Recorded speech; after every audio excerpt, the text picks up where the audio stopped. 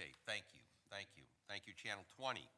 Again, Cleveland City Council Safety Committee will come to order. Madam Clerk, do we have a quorum? Call the roll. Present. Present.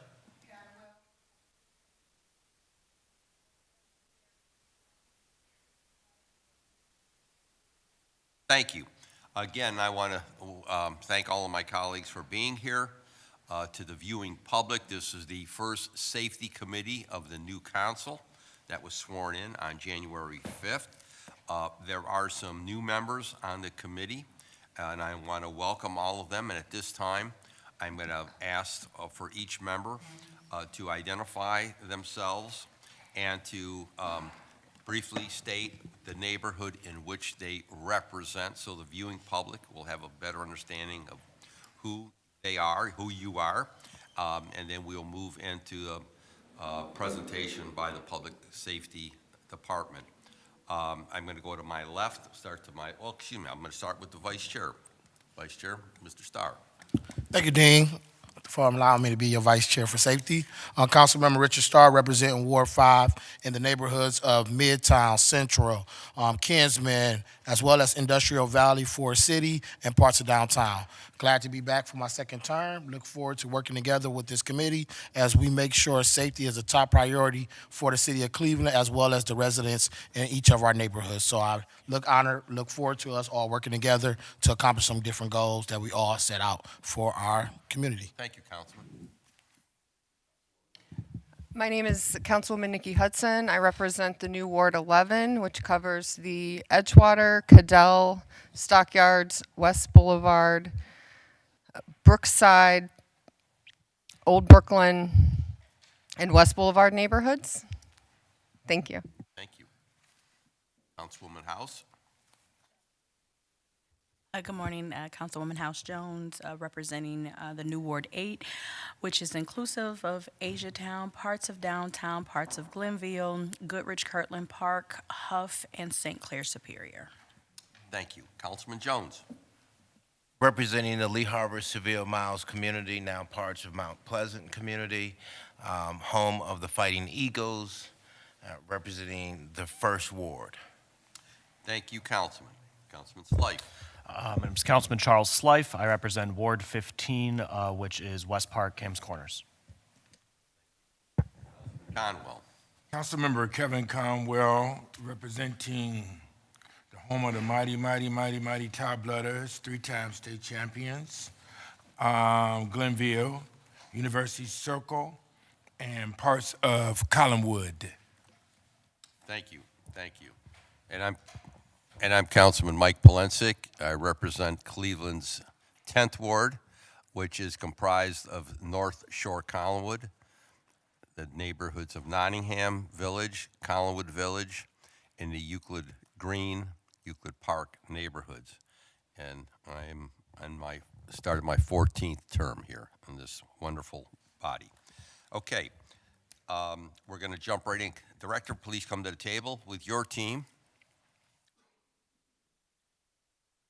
We're going to go into, we're going to have a brief update on staffing, and then we'll go into Tanisha's Law, the proposal that is before us. And if there's anyone wishing public comment who would like to comment, would please see the clerk to your left and sign up with the appropriate information that she needs. You will each be given 3 minutes when we get into that portion, and we will ask for public comment. It's been suggested. And I will support public comment before we get into the embodiment of the legislation. Director Drummond, welcome to the table. And again, introduce your team for the viewing public. Good morning, Chair and council members. I am Wayne Drummond, Director of Public Safety. With me is my team. To my left is Assistant Director Jason Shackner. To my right is EMS Commissioner Orlando Wheeler. And to his right is Lieutenant John Mullins from the Cleveland Division of Police. He is responsible for the co-responders program within the Division of Police. Thank you. Director and team, can you update us on where we are with staffing levels within the Division of Police briefly? Yes, sir. To start off with, I'll start with within the Division of Fire. The approved uniform strength for Division of Fire is 757. Our current uniform strength is 763. We're currently 6 above our budgeted numbers, which we're working on. Through attrition, we should realize our budgeted strength of 557 within the next couple of months. So we're 6 over, but we are trending again to our attrition to get down to our Okay, budget numbers. So we're above by 6. Go with the numbers again, slow, so the viewing public can understand that as well. Our approved strength right now is 757. That's based on the budget. That's correct, yes, sir. Budgeted amount, 757. That's correct. And you had, as of this point, how many? 763. 763.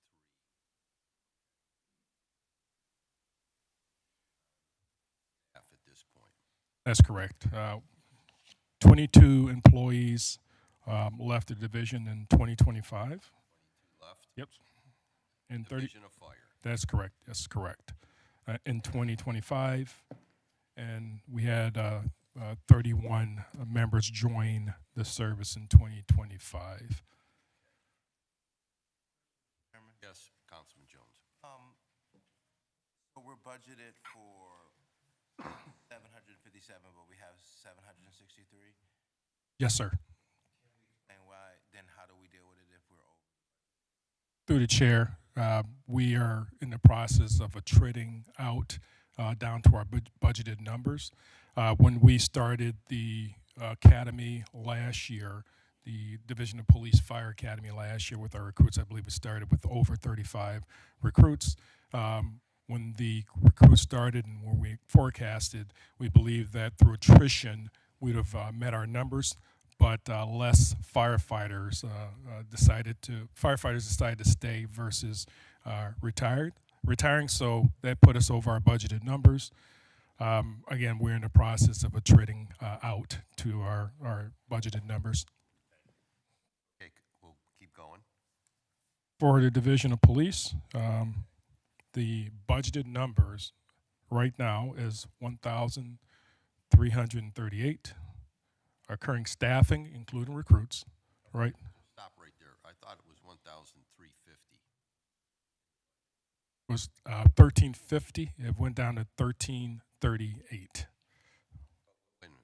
But again, in the budget that we passed was 1,350. To the chair, as you may recall, last year, because of the fire going over head count, there was moved from the police person head count into fire. That's going to be moved back once fire gets back into their appropriate head So count. I just want to So make it's that clear. temporarily in. Okay, because what we passed in April, that went into effect in April, was 1,350 in the Through- Division of Police. Through the chair, that's correct. That was budgeted last year for 2025 was 1,350 patrol officers. Yes, Mr. Jones. I guess the question I would have is, thank you. Thank you, Mr. Vice Chairman Starr. To Mr. Chairman, to the director. These numbers just keep going down. So I guess the question that I want to ask is, are we budgeting because we can't get police officers, so we're trying to take a best shot at what we already have, and then we go down because we just can't get to that? What we initially budgeted was, I think, at one point, 1,495 police officers. Now we're sitting here at the table at 1,350. So how are we coming up with these budget numbers for the police? The director would hold that for a moment, and let's let him go through police, and then animal. You're gonna hit animal control too. Okay, go through, and then we'll ask for questions, and I'll have you down first on the list, Thank you, next to Chairman. the vice But- chair. yes. Thank you. Go ahead, director.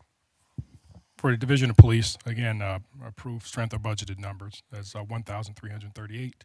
Our current staffing right now, uniform strength is, again, including recruits, is 1,256. That includes Yes, sir. the academy.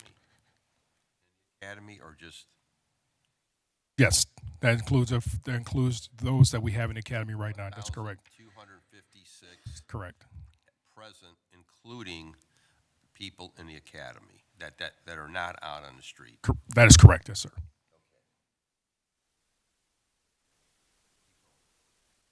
We had 86 departures in 2025.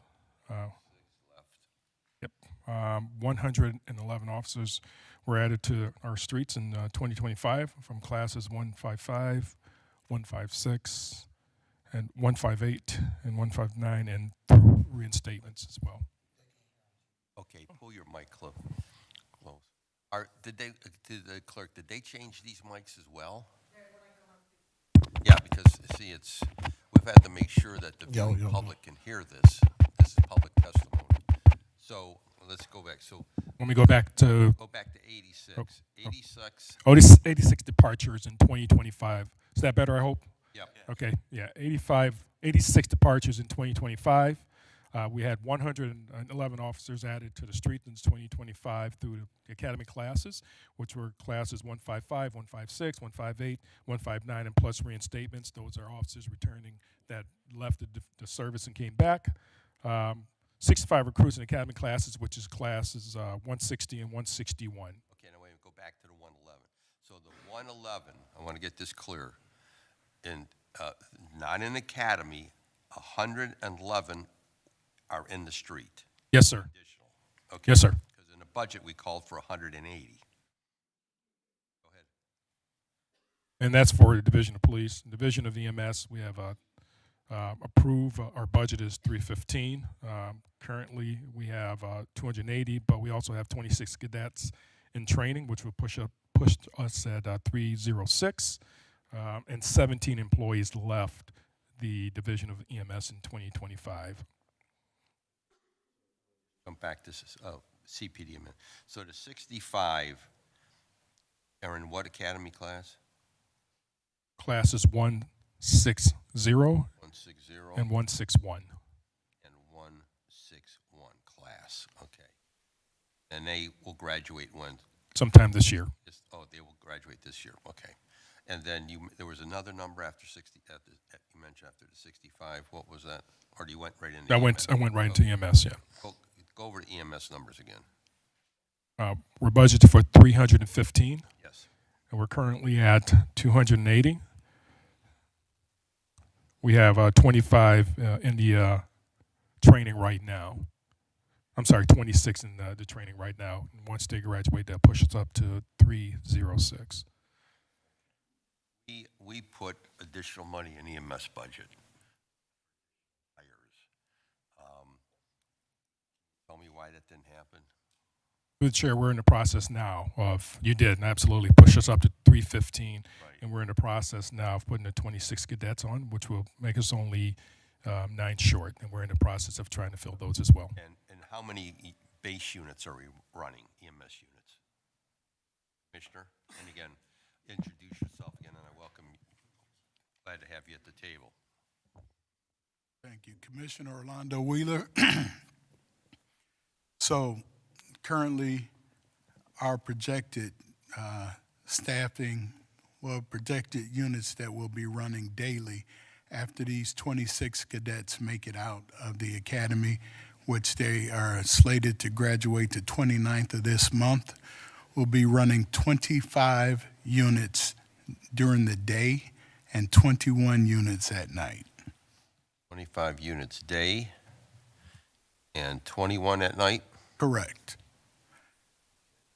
Chair, this right here, this 26 would bring us 1 short in the field of being completely staffed, and we still have dispatchers to fill. And we're currently in the process of interviewing to get those dispatchers on board. But we lost one during the academy for the paramedics, so that would have had us completely staffed in the field. But we lost one, so that we're 1 short, and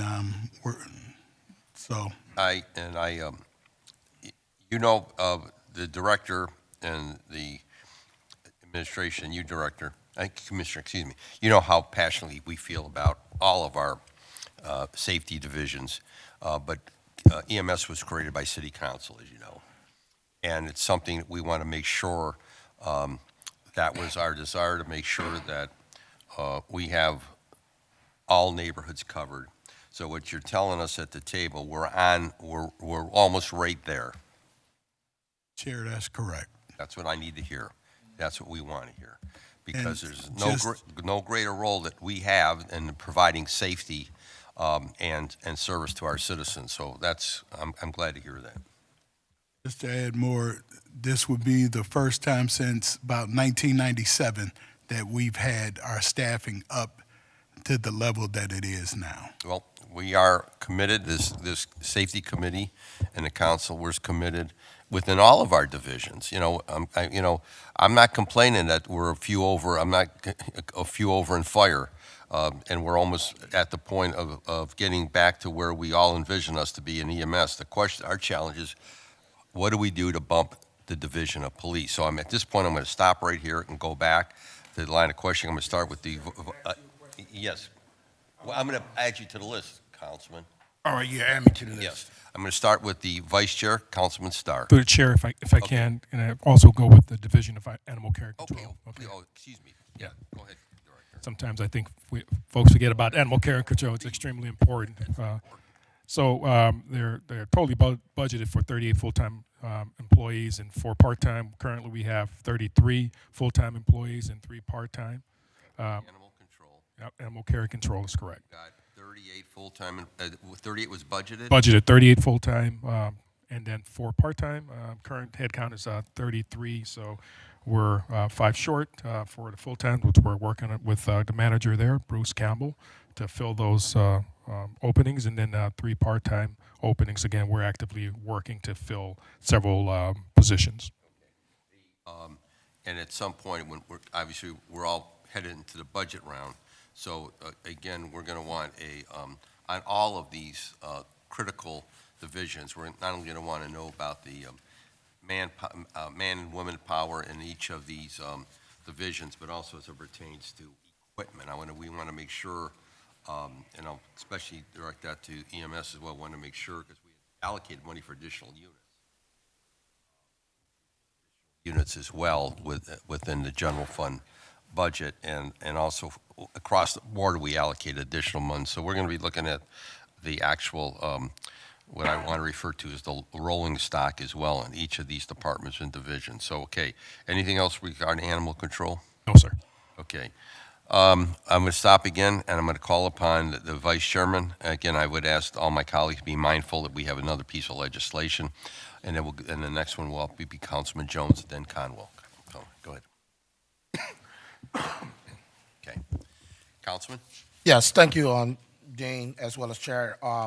Just for my safety, I understand some of the numbers that we did hear and discuss regarding the staffing breakdowns for the safety division in the city of Cleveland, as it relates to police, fire, EMS, animal control. Now, I know we always spend a great deal of time on police, which is one of the biggest concerns in our neighborhoods, including more recruits out on the streets to actually do the patrolling in our neighborhoods.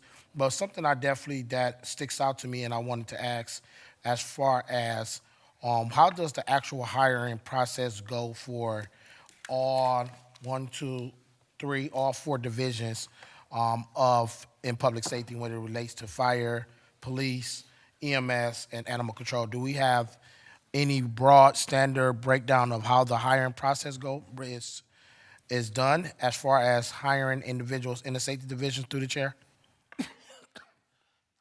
Director? Through the chair, Councilman Starr. As far as the divisions of fire and EMS, those positions are tested. Once they're tested, lists are created.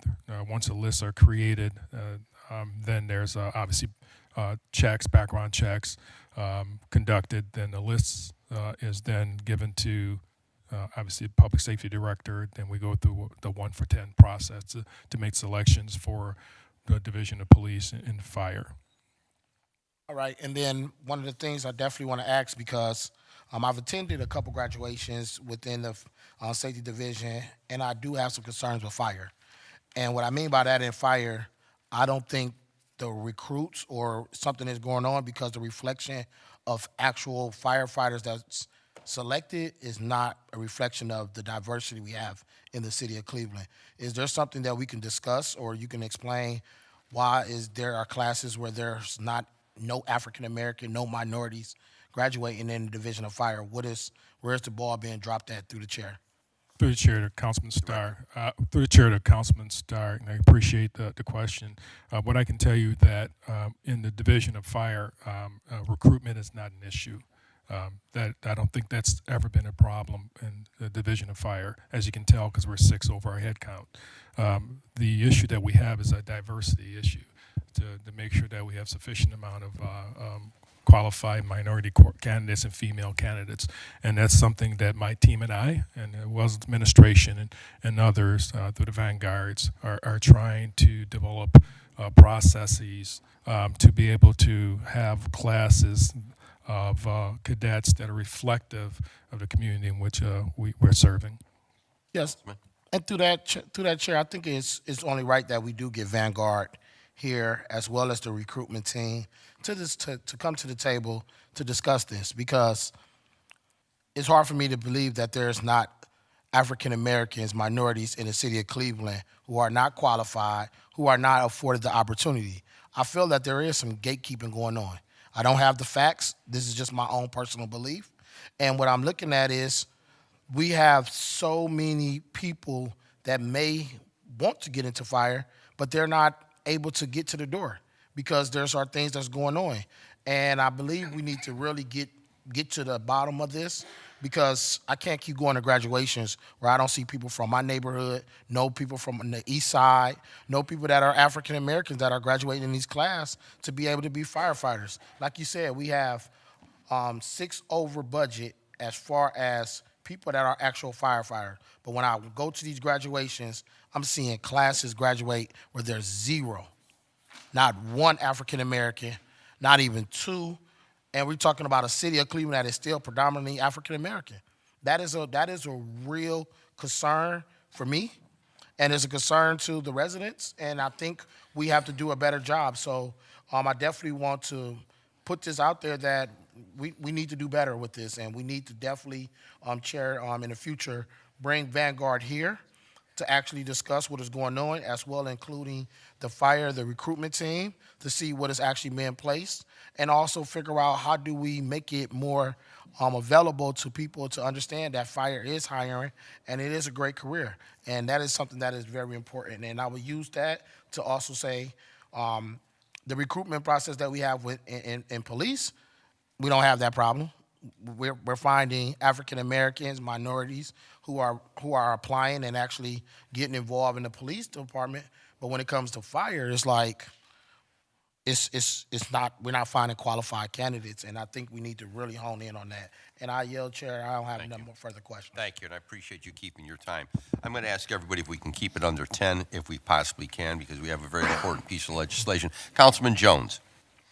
Thank you, Mr. Chairman. I'm going to try to be as brief, and I really appreciate my colleagues' comments as it relates to having the same frustration that we've had at this table since the 90s, actually, dealing with recruiting and making sure that our forces represent the population of the city of Cleveland. And I will say this on that subject is I had a young man who was looking to get into the fire department, and he had taken all the tests, passed everything with flying colors, and then it came to the psychiatric part of the test, and he didn't pass it, and there was another person who happened to be white, went through the same process and didn't pass their psyche evaluation. But the white was able to go, the white person who had failed as well was still allowed to be seated in the fire class, while the African-American person wasn't allowed to be seated in the fire class. And we wouldn't have known about that unless we started to really fundamentally dig in to try to find out why one person was allowed to be seated in the class and the other one wasn't allowed to be seated in the class. And when the young man challenged the situation as relates to the psychological evaluation, he was told that if he wanted to have an opportunity to be a firefighter, which was his dream since 13, he would have to get his own psychological evaluation and he would have to pay for it.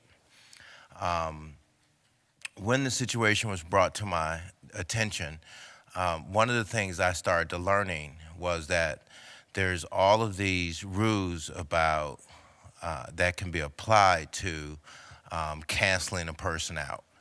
And so I would request, Mr. Chairman, and then I'll end with the positive part of this, is only because, unfortunately, an elected official, myself, got involved, were we able to give some justice to the young man and be able to give him an opportunity to take that psychological evaluation, what was different from the initial psychological evaluation, and he was allowed to be seated in the fire class. So there's a lot of things that discriminate against minorities it's not the same and it's not fair across the board. So there's certain rules where they can disqualify you, Mr. Chairman, to the director, and I would like to know what those disqualifying rules are in both the fire department in addition to the police department, because we had similar situations too where we had minorities who just because there were a police report was made about them having a gun, but there was no proof to it, there was no prosecution to it, there was no any other charges, but just because they showed up on the police report, they were disqualified from being a police officer. And this was in years past. Now, I don't know, and this is probably this was during my first term coming back during then Frank Jackson's administration. I will say it wasn't this safety director, it was the previous safety director. And I just wanted to share that with the table, that it would be good to have that. And then to cut down on a whole lot of questioning about the budget and personnel and all of that. In years past, Mr. Chairman, the police department did, or the director did, a wonderful job in preparing reports for us that let us know how many people were in the departments, as well as an entire breakdown of all the different safety forces, including how many minorities were hired, all of that. Can we, Mr. Chairman, to the director, get an updated report? Through the chair to Councilman Jones, absolutely, we can get that information for you. Also, we'll get you the information for disqualifiers for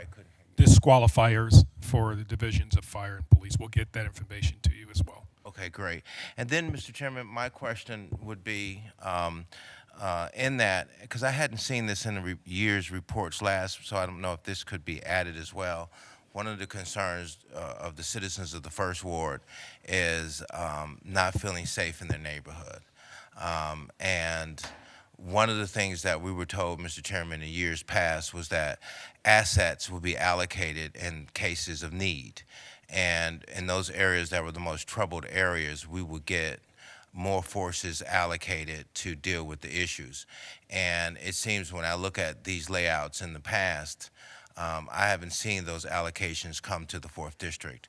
Now, many of you have heard me talk about the 4th District and not having the manpower, but it bothers me, Mr. Chairman, when on a weekend we would have only 6 cars out on the street representing 6 neighborhoods, and that was it. Versus in years past, we would have double that number in terms of police physically being on the streets. And so, Mr. Chairman, because of this situation, it has put us woefully behind, because most of the cars, Mr. Chairman, to the director, are dealing with issues and calls. And so it leaves no patrolling in our neighborhoods like there should be, 1. And then 2, Mr. Chairman, we have no traffic enforcement. And so, Mr. Chairman, our citizens are unfortunately being harmed by reckless drivers who are driving like they've lost their minds in the street, and there's no one there to hold them accountable, which further causes for people wanting to look at other communities to move in. And one of the things, Mr. Chairman, that you've constantly talked about at this table is the loss of our population. And people will leave a city if they don't feel safe. So I feel, Mr. Chairman, that one of the hallmarks of any community is a safe neighborhood. And we have to establish and set the tone in our communities that our communities are going to be safe. And right now, we've sat here at this table, I have sat here at this table since 2018, and I haven't seen any real fundamental political will in this city and at this table that is going to take the issue and really push the issue we've talked about till we're nauseated and blue in the face about how we increase our manpower since 2018, and I've sat here and watched a constant decline. So I'm concerned, Mr. Chairman. It bothers me. I hate to be sitting here in another 4 years and our numbers are 900 police officers or 800 police officers or maybe 300 police officers for the whole city. So I'm really concerned with the fact that we know what the issues are. We know and we have an ideal when there will be a cutting and people would have to retire. We should already have thought a plan ahead of time so that we can circumvent the process, because even though we're bringing in new people, it's not helping the issue. Our numbers are still dropping because those new people are barely keeping up with the retirement. So with that, Mr. Chairman, I look forward to the director being able to get that information to me and also to this table. And I want to say Happy New Year to the director. And I know you have one heck of a job. I appreciate the service that you have continuing to provide the citizens of the city of Cleveland. Thank you, Mr. Chairman. Thank you, Councilman Jones, but just let me add, there's no lack of political will at this table or within this council. We have done everything, this council has done everything we've been asked to do and then some. So I want to say again to the viewing public, so there's no confusion.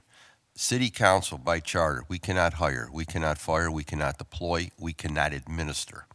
We provide the funds, and we have done that repeatedly.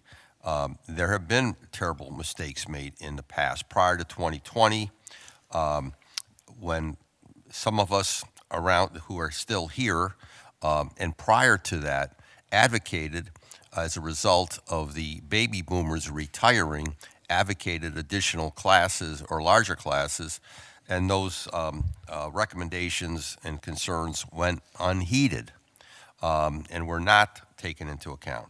So again, we provided the funding, just as we did in the last budget, as I indicated, but we don't hire. It's up to the administration to hire and to administer. So I would tell all my colleagues, with requests and questions that you have prior to the budget hearings, please put those over to our council staff, because we are going to significantly deep dive with this upcoming budget into a whole host of issues across the entire city, whether it be public safety, whether it be other departments and divisions. So again, those of you who have suggestions and thoughts and requests, please get those into staff. At this moment, I'm going to call upon Councilman Conwell, then I have Councilwoman Hudson and Councilwoman Stephanie House-Jones. Councilman Conwell. Be long, Mr. Chairman. You guys, when we were discussing the budget and we're talking about EMS workers, and through the chair, Commissioner, you said we are almost there, fully staffed. Is that correct? Whoever can, Commissioner? Through the chair, that's correct. So, being fully staffed, which is good, two things I want to look at: attrition, as well as the vehicles, your fleet maintenance. Can you discuss that? Are the vehicles durable that we're putting our workers in? And if not, because you got to control workers' compensation and all those kind of things with vehicles. Commissioner? Through the chair to the councilman, our fleet is in the best condition it's been in decades. And it's very durable. It's been maintained great by MVM. And we have done a great job, and MVM has done a great job identifying any pitfalls that come up with our vehicle fleet. Now, with the fleet, before they go out on route, would they have a checklist or something like that so they know that the tires are efficient, that the vehicle doesn't need any vehicle maintenance? Through the chair to the councilman, every shift, the crew is expected to do a full truck check, and that includes the condition of the vehicle and all the equipment inside of it. And that's for every shift. And MVM and the sergeant of our fleet management is responsible for making sure that that maintenance is performed on a regular basis as scheduled. Councilman? So, okay, that's good right there. I wanted to hear that. Fleet maintenance and bringing in staffing, to me, is directly correlated because they got to have comfortable with that. With your attrition, when you were talking about that, I was reading, I think it was a month or two ago, Mr. Chairman, not with Cleveland, but other places, some of your, not your workers, but some of the people in that field, they're being attacked. And do we have any kind of systems in place on how to deal with that through the chair to the commissioner? Through the chair to the councilman, that unfortunately is a problem in healthcare and first responders throughout the country, but we have a great working relationship with the Division of Police and Public Safety Director to ensure that any assaults on our employees will be addressed aggressively. Yeah, through the chair to the safety director, what kind of systems do you have in place to deal with that, and how many assaults have happened to our crew members? Through the Roger. chair, through the chair to Councilman Conwell, I don't have that number in front of me as far as the number of assaults on our EMS personnel. We can get that information to you. And as stated, the system in place is obviously if one of our employees is assaulted, our officers respond.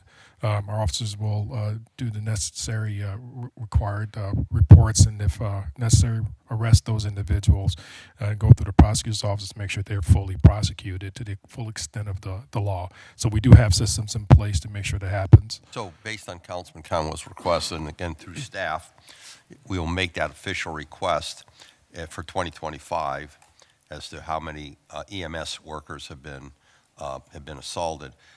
To my colleague, we have a piece of legislation we're going to be hearing shortly that's been requested by the healthcare providers in the city, and that's for the healthcare workers. We're going to have that discussion very shortly of increasing the penalties for them, and I think at that time we'll also ask for a presentation by EMS, because if we have to also look at increasing the penalties, if we can, I know where the state would supersede us, but we're going to look across the board. No healthcare worker, no EMS employee should have to worry about being assaulted. And so I appreciate your line of questioning, and so we're going to be getting into that shortly. Councilman, do you have any other questions? Well, that's great, Mr. Chair. Right, we'll prosecute them if they come after our healthcare workers, EMS workers, behavioral workers dealing with the new law that we're working on right now, the Tanisha Anderson law, because you're going to bring people out there ahead of time, and if they get attacked or something like that, then we might have to put an amendment to put that in there as well, Mr. Chair. Well, we're going to deep dive, and I appreciate all of my colleagues being involved when that legislation comes before us very shortly. That's been requested by the 3 hospitals in the city for us to increase penalties there. So we'll be getting into that, and I appreciate your line of questioning. Anything else, Councilman? Through the chair, I do have some stats that was just go given ahead. to me by Assistant Director Go ahead. Shackner. Listen up, everybody. This is, and I'll go back to 6 assaults in 2023, Wow. Six assaults in 2020. EMS employees. EMS employees Okay. reported 10 in Listen up. 2024 and 12 in 2025. This was information that was conveyed to us through the care union. Maybe a little bit more. We'll get the exact numbers for you Yep. for 2025, Thank but those are the numbers that we have reported back to 2023. Okay. And go ahead, Council. Mr. Chair, this attributes to attrition. Some people will quit their jobs or they leave, or they try to defend themselves. And what kind of systems are put in place if they try to defend themselves? Will they get terminated, fired, write up, reprimand, and what? Because they have to be able to defend themselves. Through the chair to the safety director or Commissioner Wheeler. Through the chair to Councilman Cowell, of course, if one of our employees, regardless of EMS fire, but we're talking about EMS, if they're assaulted, obviously they can protect themselves as well. Ultimately, we want to make sure that our employees, caregivers are taken care of, and if they're assaulted, that we prosecute those individuals to the fullest extent, and that's our premise, and that's what we're going to do to support them. But they are able to defend themselves. I'm sure that most of you probably saw the video last year of one of our employees being assaulted. Even in that particular assault, they did defend themselves, but they were not trying to hurt the individuals that were actually assaulting them. So they take their job seriously, our employees. They don't want to hurt anyone, but they're going to protect themselves as well. And we're going to prosecute those responsible for assaulting our employees to the fullest extent. Mr. Chair, when they, and to the commissioner, when you train a worker, training is ongoing. Is that correct? To the chair, to the director, and the commissioner? And that need to be in the training on how to protect themselves, or when they see something is moving in a direction that might be threatening to our workers, that we could do prevention. And that need to be in training through the chair to anyone that can answer. Through the chair to the councilman, we currently teach scene safety on a regular basis. And this past academy and previous academies, we had gotten away from self-defense course, but we have gotten back to self-defense courses, and we're working with the Division of Police with that. But the training is always ongoing about scene safety and ensuring the safety, our safety, before we start providing care. So anytime an employee or a crew does not feel safe, they are instructed to call for backup, whether it's the That's correct, fire see that. department or the police department, to ensure scene safety. All right, thank you. That's enough. I want to know about that, especially with attrition. Keep recruiting, although you hit your numbers, but recruiting must be ongoing. Must be ongoing. Thank you. All right. Thank you, Mr. Chair. Through the chair to the director, I have just one question. You mentioned that there were 86 departures for the Division of Police in 2025. Do you Yes, have a ma'am. breakdown of how many of those were retirements and how many were officers leaving to go to another department? Yes, ma'am.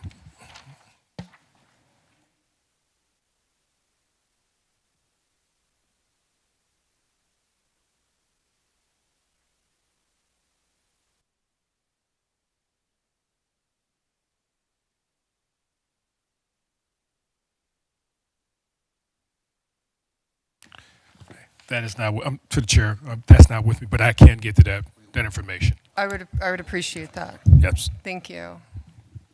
So just to follow up on that, assuming that some of those officers did leave to go to another department, what is being done to keep our officers in the city of Cleveland?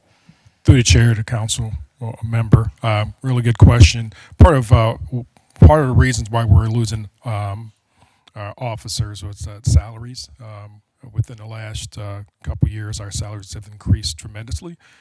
We had approximately 15 officers return to the Division of Police in 2025 that left for other departments.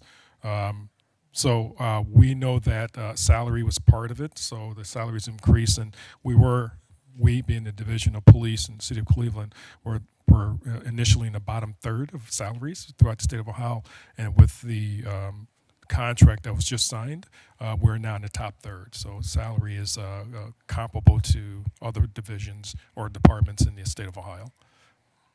Thank you. That's all, Mr. Chair. Thank you. Thank you for your line of questions.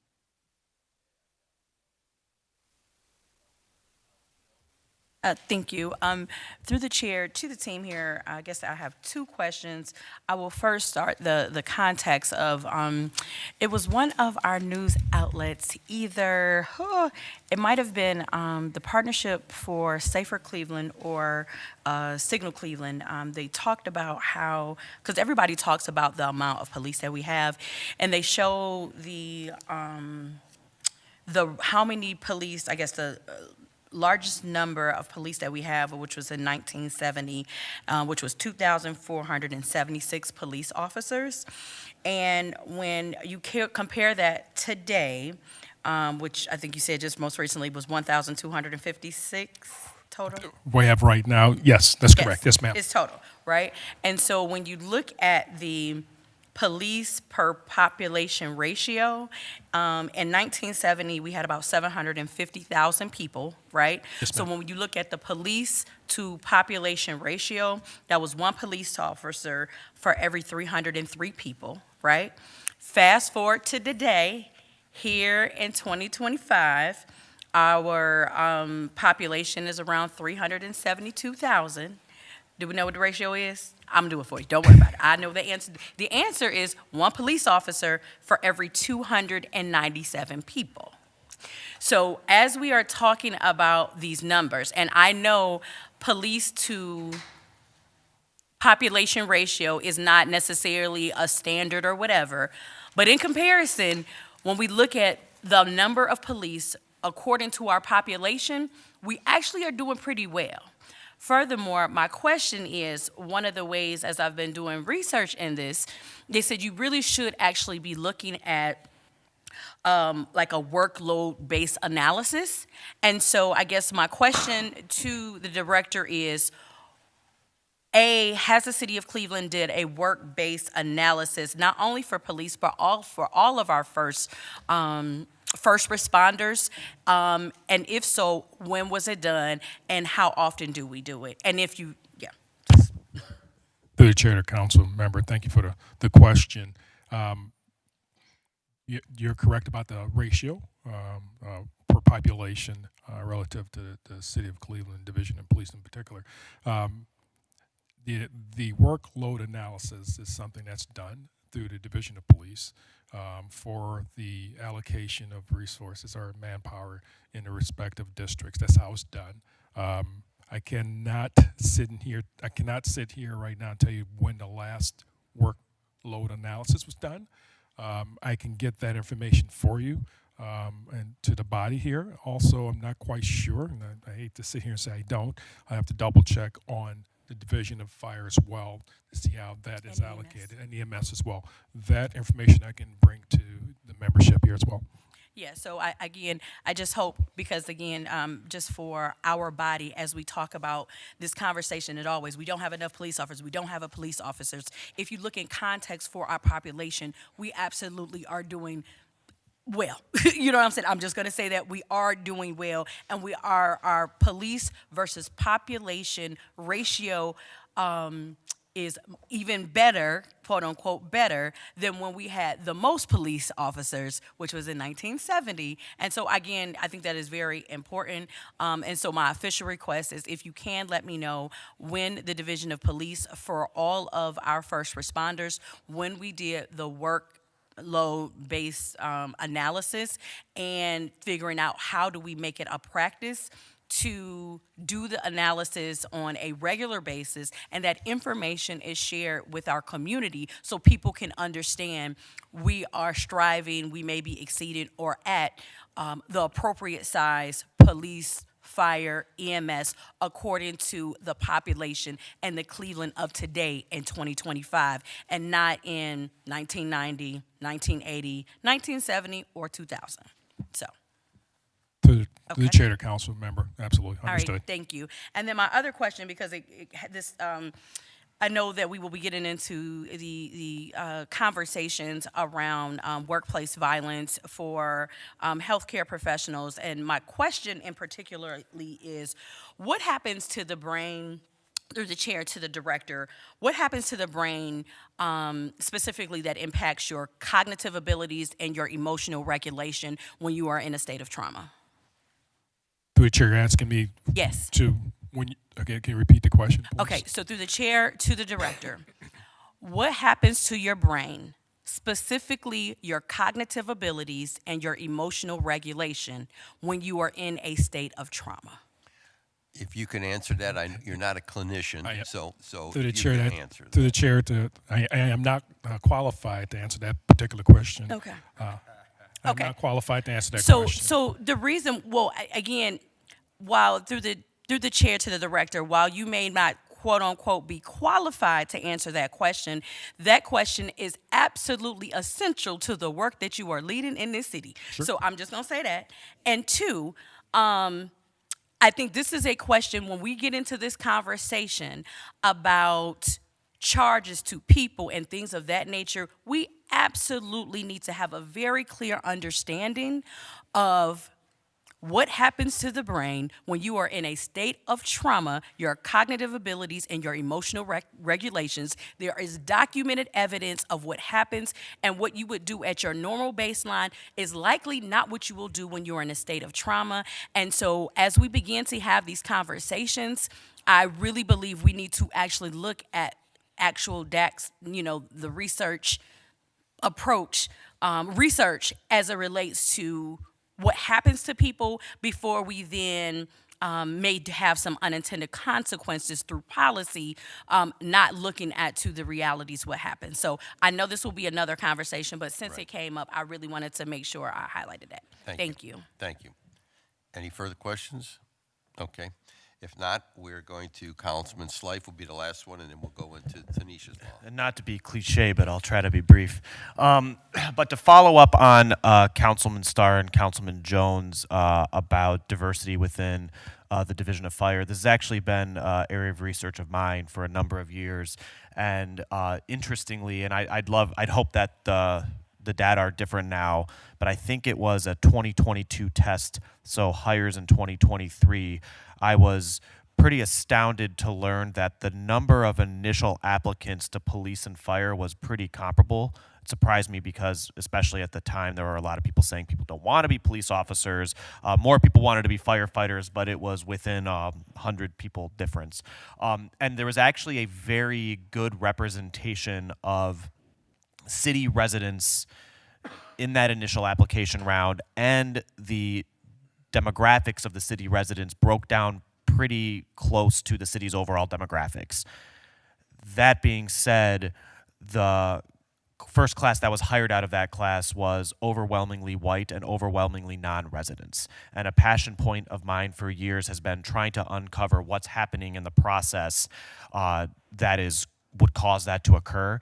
And my one of my North Stars is that if it's true that residents are applying for jobs, because there's this question, I think, of some people wondering if one group of residents is being favored over the other. And I think an argument could be made that the problem is actually residents versus non-residents. And if we were able to hire residents at the rate that they demonstrate interest in these positions, everyone would win because it would align with the breakdown of the city, and this would no longer be an issue. To that end, and I'm not saying that this would be a cure-all, but I've spoken with Councilman Polensek about this, and I'd love to speak more about it to my colleagues.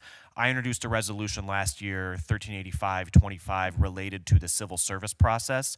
One of my concerns has been that the civil service process gives residency points. So you apply, and not everybody who applies takes the test, and not everybody who takes the test passes the test. So there's a whittling down, and we need to understand throughout that process where the people that we hope to hire, our own residents, are falling off through the process. But if someone passes the test and gets further along in the process, we give residency points to our city residents, which causes them to kind of be clustered up towards the top of the list. And our civil service process, and I won't go into it at length, I have a demonstration that involves solo cups, causes us, I believe, to pass over qualified Cleveland residents, not necessarily based on their lack of qualifications, but merely because of how the process is designed through both the charter and policy. And my hope is that there is a way to encourage.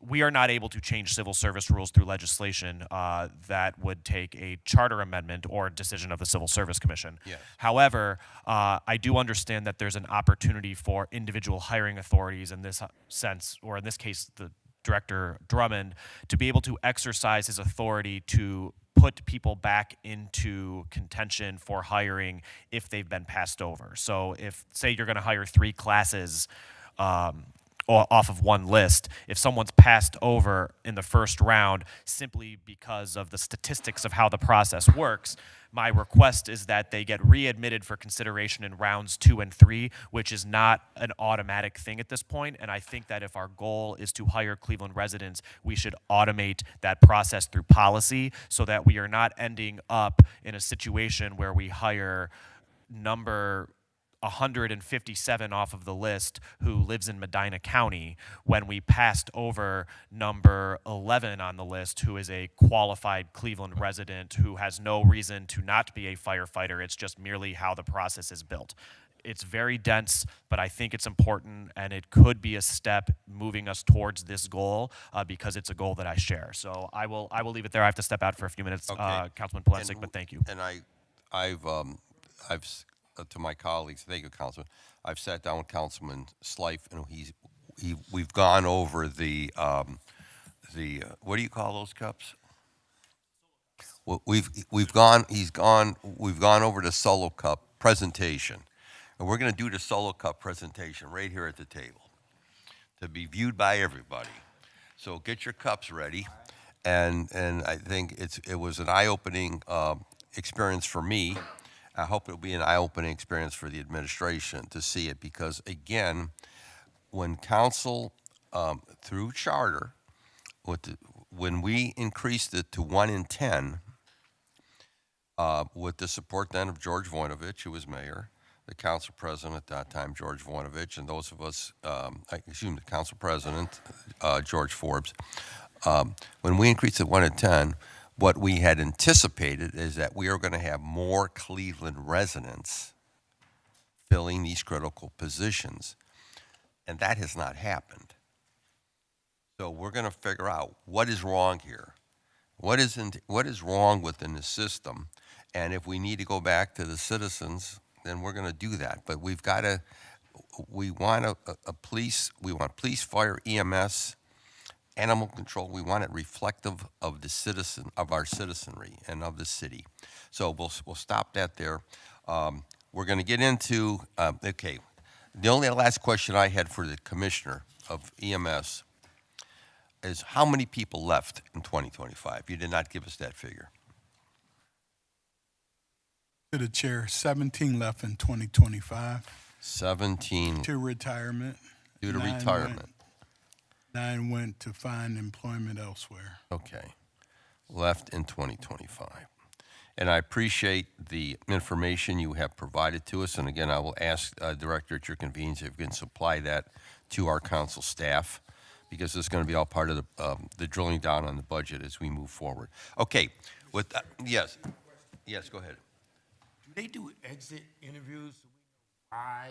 Okay. Through the Well, chair, let's ask. to the council members, that's correct. For all divisions? That's correct. Yes. Okay.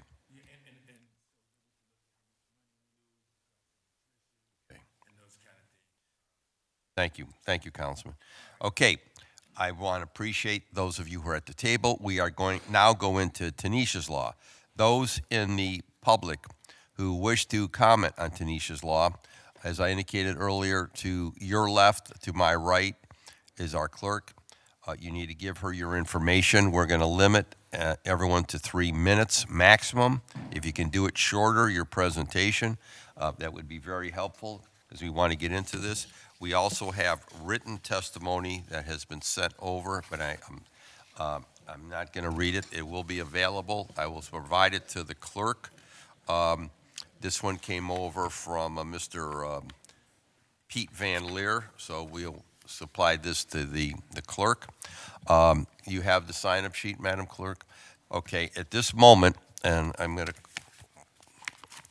read into the record, ordinance number 1198-2024 as amended by council members House, Jones, Slife, and Moore, an emergency ordinance to supplement the codified ordinance of Cleveland, Ohio, 1976 by enacting new chapter 147 relating to the creation of the Department of Community Crisis Response. It was first time it was read that it was submitted to City Council was on November 4th, 2024. It was referred to the Directors of Public Safety, Finance, Law, Committees on Public Safety, Finance, Diversity, Equity, and Inclusion. It's been noted, there were contents noted at the time by the Director of Public Safety, contents noted by the Director of Finance, and there was no legal objection to the legislation by the Law Department. I'm trying to find out when it was returned to us. I'm looking right now. Yeah. It's out of, okay. Yeah. Do you have any idea when this was returned to us? Okay, I'm just looking at the bottom, but I don't know when that was actually returned to us. I'm just trying to find here. I know. Well, it was by the law, it was signed, where? Let me see. Oh, okay, thank you.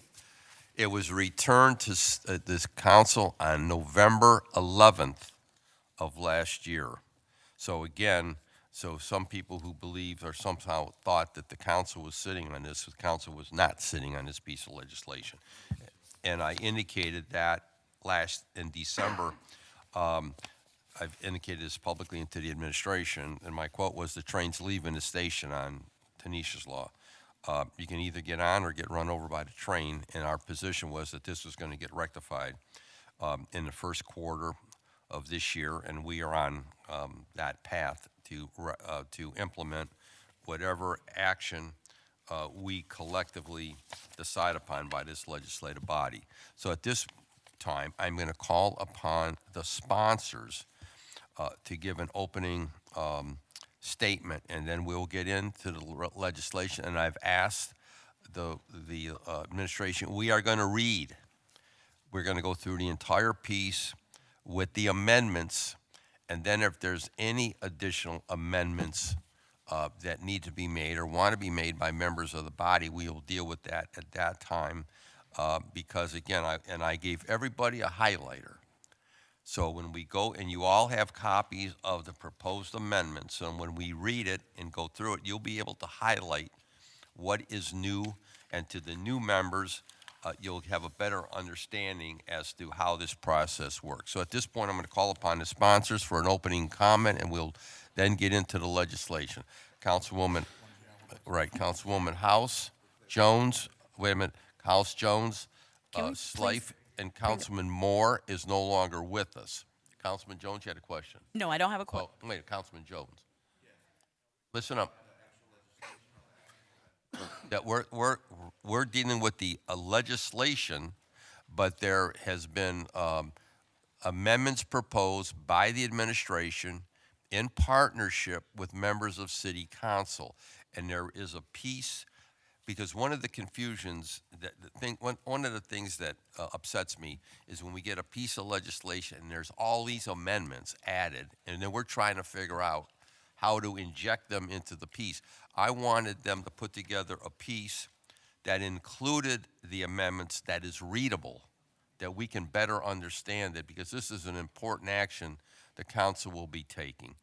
So at this point, I'm going to ask upon the sponsors, and Councilman Slife had to step off for a moment, but to make an opening comment as it pertains to the importance of this law.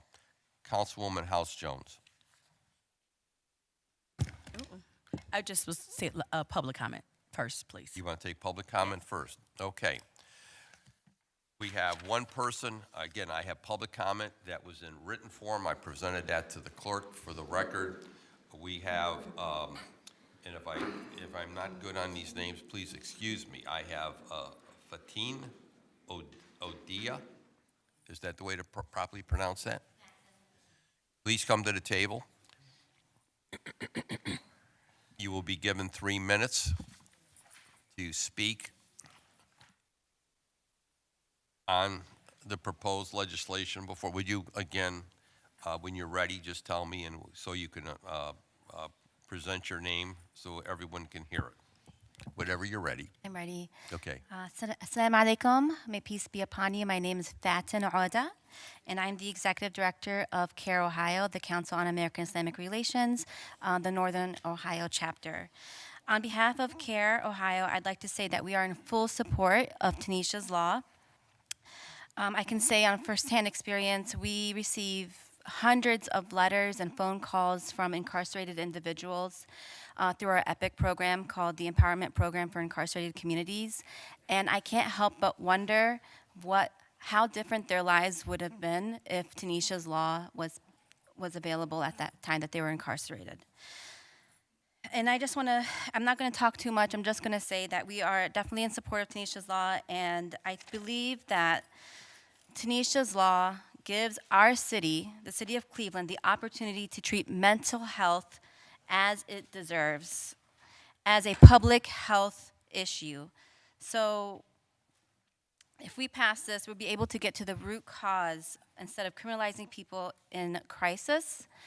And I'd also like to say that this is an opportunity for the city of Cleveland to really create a world that all Clevelanders deserve, not just imagine it, but actually make it happen. And we are behind other cities, and I hope that we can catch up and be able to pass this law. So thank you for those who are introducing it and in support of it. Thank you. Thank you for coming to the table. Okay, thank you very much. I have no one else on public comment, so we're going to move forward right into the legislation. Two sponsors are here, Councilwoman House Jones and Councilman Charles Slife. If you would care to comment, and then we'll jump into with the administration. Councilwoman House Jones. Yes, good morning. Thank you, Chair, and thank you to everyone who has been a part of this. Today, basically, going through the amendments, and I know in front of you, you will have a set of amendments that the administration has put forth. From there, myself, Councilman Slife, and I also want to thank Councilwoman Hudson as we discuss those things that we want to amend if the amendments are go through. And you were provided with 2 sets of amendments, one with all of the amendments together, also outlining kind of the purpose of the amendment, and then separately, we probably will just address them one at a time just for clarity's sake so that people can understand from our perspective what we would like to do and go from there. We think that's the easiest way to do it, and something that encompasses a lot of different elements, and so that we all, hopefully at the end of this meeting, we will all be on the same page and be able to move forward in this process of ensuring that we are offering, compassionate and appropriate care for those who may be experiencing crisis in our city. So again, thank you so much, Chair. Thank you to the team here, Commissioner Whelan, Department Director. Thank you. Drummond. Yes, Assistant Director Shackner, and I finally got it, Lieutenant Mullins, because I'll be struggling for my life. I'll be like, oh, what's his name? But I got it. Thank you. Good morning. Okay, Councilman Slife. Thank you, and I would only add to that, just a thank you to the administration and for the collaboration that's brought us here today, and also to, and there's a number of them present, community members who have been very impassioned on this topic, who have been critical in driving this policy forward, and also we would not be here today without their participation and assistance. So with that, I will let us get into the meat of today's meeting, since it's 11:15. Okay, thank you. Director, Yes, sir. To the chair and council. comment. To council members, yes, we are definitely aligned with Tanisha's law. We being administration, my team, as well as council, we would want to work collaboratively to get Tanisha's law passed. The mayor, again, wants to make sure that we have the ability to provide the best possible care for folks in our community that are in crises. To that endeavor, the mayor's made some commitments. Part of that is to develop a bureau within the division of EMS, which we'll talk about here in this amendment and legislation, with someone that will be dedicated to developing this program for the Bureau of Crisis Response, again, to those individuals that are suffering mental crises of some type of crises. We have Commissioner Wheeler to my right, who is a dedicated professional to make sure that we do this right, and the hiring of the particular individual that will be responsible for it. That's the seriousness that the mayor and his administration's taken. We've moved forward with developing the particular position with the deputy commissioner of EMS. That position is available and created. We also want to make sure that we move forward with this process. Part of that, again, is developing the position, which we have, allocated the dollars for that particular position, which we have through the commitment from the mayor.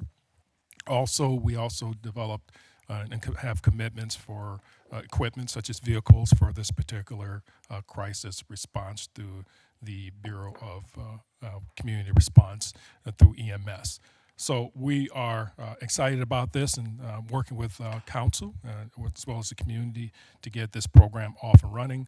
Also part of that too is to make sure that we have, through our communication section, have a fourth option, and we've talked about that as well, which not only when you call the communication or 911, the options will be police, fire, EMS, and mental health, and those are our commitment as well. We're also committed through the Connect and Protect grant to make sure that we have a call type analysis to conduct that, as well as to have mental health dispatch. Those are things that's been committed by this administration, this mayor. Again, we are looking forward to the collaboration and working with council to get this to fruition. With that said, we're going to read into the record the ordinance itself and the amendments for 1198-2024. Assistant Director Shatner will do that, and then we will be here to answer any questions that the body may have. Thank you for your presentation, Director. Now, I want to say to the viewing public who cannot see this, but to the new members, we have a piece, and this is a piece you should all have, this piece right here. I've asked the administration to put together and present to us.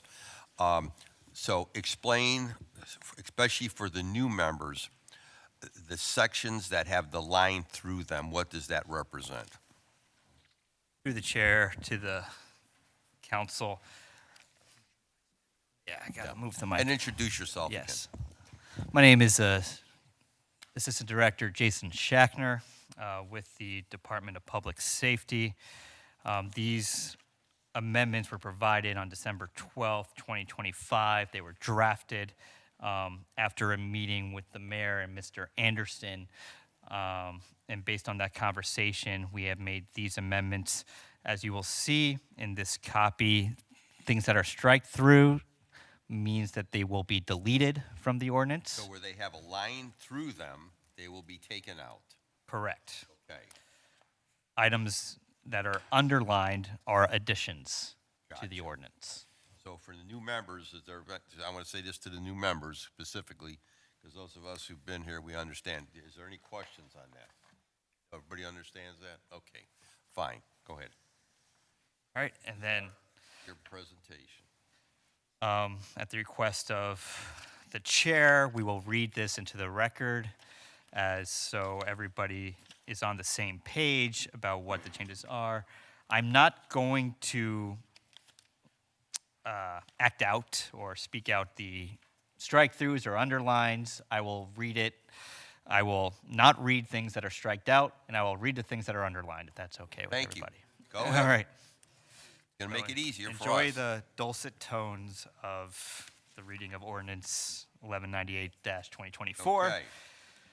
An emergency ordinance to supplement the codified ordinances of Cleveland, Ohio, 1976 by enacting new sections 135.333 to 135.335, 13548, and 135.481 relating to the creation of the Bureau of Community Crisis Response in the Division of Emergency Medical Service, Department of Public Safety. Whereas individuals in crisis deserve a humane response that include their being treated with dignity and respect, with the goal of connecting them with appropriate and timely care. In similar fashion, families who seek public safety support for a loved one in crisis deserve to have confidence that their loved one will not be placed in imminent danger.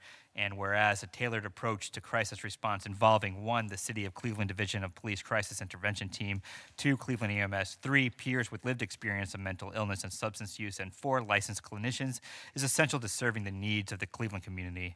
And whereas the complexities of mental health emergencies are addressed more safely with greater impact and more cost-effectively and efficiently with behavioral health responders and those who have deeper knowledge and understanding of the behavioral health issues present, trusted relationships with the people and communities involved, and specific knowledge surrounding the emergency.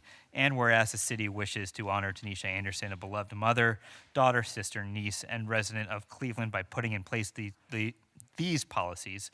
And whereas the ordinance constitutes an emergency measure providing for the usual daily operation of a municipal department, therefore, be it ordained by the Council of the City of Cleveland, Section 1, that the codified ordinances of Cleveland, Ohio, 1976 are supplemented by enacting new sections 135.333, 135.334, 135.335, 135.48, and 135.481 to read respectively as follows. Section 135.333, Bureau of Community Crisis Response. Section A, there is hereby established in the Division of Emergency Medical Services a Bureau of Community Crisis Response to be controlled and administered by a Deputy Commissioner of Community Crisis Response, subject to the provisions of the Charter and ordinances of the city and to the direction of the Commissioner of Emergency Medical Services. Section B, the Deputy Commissioner of Community Crisis Response shall work in collaboration with all city departments necessary to support the various forms of crisis response in the city, including the co-response program and any new response teams developed and deployed. In his or her duties, the Deputy Commissioner of Community Crisis Response shall coordinate with city departments as necessary to ensure that the city's first response programs are consistent and reflective of a coordinated and collaborative approach to emergency and crisis response in the city. Section C, other duties. The Deputy Commissioner shall perform all other duties pertaining to this office which may be required of him or her by ordinance, by the Commissioner of Emergency Medical Services, or by the Director of Public Safety. Section 135.334, Unarmed Crisis Response Team. Section A, the Deputy Commissioner of Community Crisis Response is authorized to create unarmed crisis response teams or other specialized teams which shall be dispatched in lieu of police to situations that involve persons in need of behavioral health response and that do not pose a risk of harm to self or the public. Such situations may include behavioral health crises, wellness checks, substance use-related crises, and other appropriate circumstances. Section B, an unarmed crisis response team may be dispatched when on-scene police or other emergency responders request assistance involving a person in need of crisis intervention or whose contact with police personnel is civil in nature, an unarmed crisis response team may also independently respond directly to such situations after becoming aware of any call for service that would benefit from the services provided by an unarmed crisis response team. Section C, as part of their duties, unarmed crisis responders shall provide a follow-up response to individuals identified as requiring following up services or social service intervention. Section D, as part of their response, unarmed crisis responders shall assess what level of care would be appropriate to address the individual's immediate needs. Based on that assessment, responders may provide relevant resources to aid those individuals in accessing existing services in the city and county, provide referrals to relevant service providers, and facilitate placement in appropriate facilities. Section E, the Bureau of Community Crisis Response shall make all policies and guidelines publicly available. Section F, the Bureau of Community Crisis Response shall undertake a public informational campaign to seek input from and notify the public about the existence of the unarmed crisis response teams and about how to access these types of response. Section 135.335, Unarmed Crisis Response Program Reporting. The Bureau of Community Crisis Response and its city or county partners shall collect data on the effectiveness, impact, and cost-saving effect of the unarmed response teams and make such data publicly available to the extent legally permissible. Section B, the Bureau of Community Crisis Response shall publish an annual report summarizing effectiveness and outcomes of the unarmed crisis response teams. The report shall include, at a minimum, analysis on the impact of the unarmed crisis response teams, including the increase in unarmed response to behavioral health-related 911 calls for service, the program's utility in connecting individuals to relevant service providers, and its fiscal impact. Assessment of availability of relevant service providers to provide a continuum of care, and recommendations for the long-term development of effective crisis response practices. Section C, the Bureau of Community Crisis Response shall create, publish, and update regularly a public-facing, user-friendly online dashboard. The dashboard will present program data, including number of incidents desegregated by neighborhood, type of incident, date and time of responses, and number of police hours saved, include a portal for community feedback concerning the program, and present general information of public relevance about the program. Section 135.48, General Crisis Intervention Training. The Division of Police shall provide all officers crisis intervention training on responding to individuals in crisis. Crisis means any situation in which a person's actions, feelings, and behaviors puts them at risk of being unable to care for themselves, to comprehend reality based on reasonable standards, or to function in the community in a healthy manner. A crisis may be caused by a mental health condition, including substance abuse disorder, or any other cause that results in such a situation. Section B, all officers shall be provided with 8 hours of initial training during the police academy, and all officers will receive an annual 4 hours during in-service training thereafter. The 4 hours of annual in-service training may be satisfied by any training required annually to satisfy other mandated crisis intervention topics required by the Ohio Peace Officer Training Academy or other agency. The initial training and annual in-service training shall be adequate in quality, type, and scope, and shall include the circumstance in which an unarmed crisis responder, co-response team, or specialized CIT officer should be dispatched or consulted, and how situations involving individuals in crisis should be addressed if an unarmed crisis responder, co-response team, or specialized CIT officer is not immediately available. Section 135.481, Specialized Crisis Intervention Team Officers.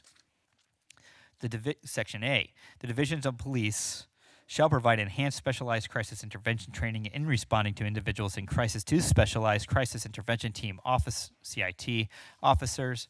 The enhanced training shall be a minimum of 40 hours and shall be adequate in quality, type, and scope. This enhanced training shall include community mental health resources, community mental health diagnoses, the effect of drug and alcohol abuse, perspectives of individuals with mental health issues and family members of individuals with mental health issues, the rights of persons with mental illness, civil commitment criteria, crisis de-escalation, scenario-based exercises, and how to conduct a suicide risk evaluation.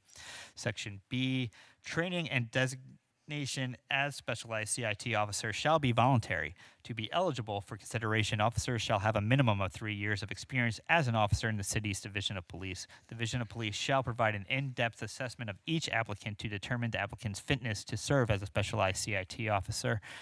This assessment shall include an examination of the officer's written application, supervisory recommendations, disciplinary file, and an in-person interview.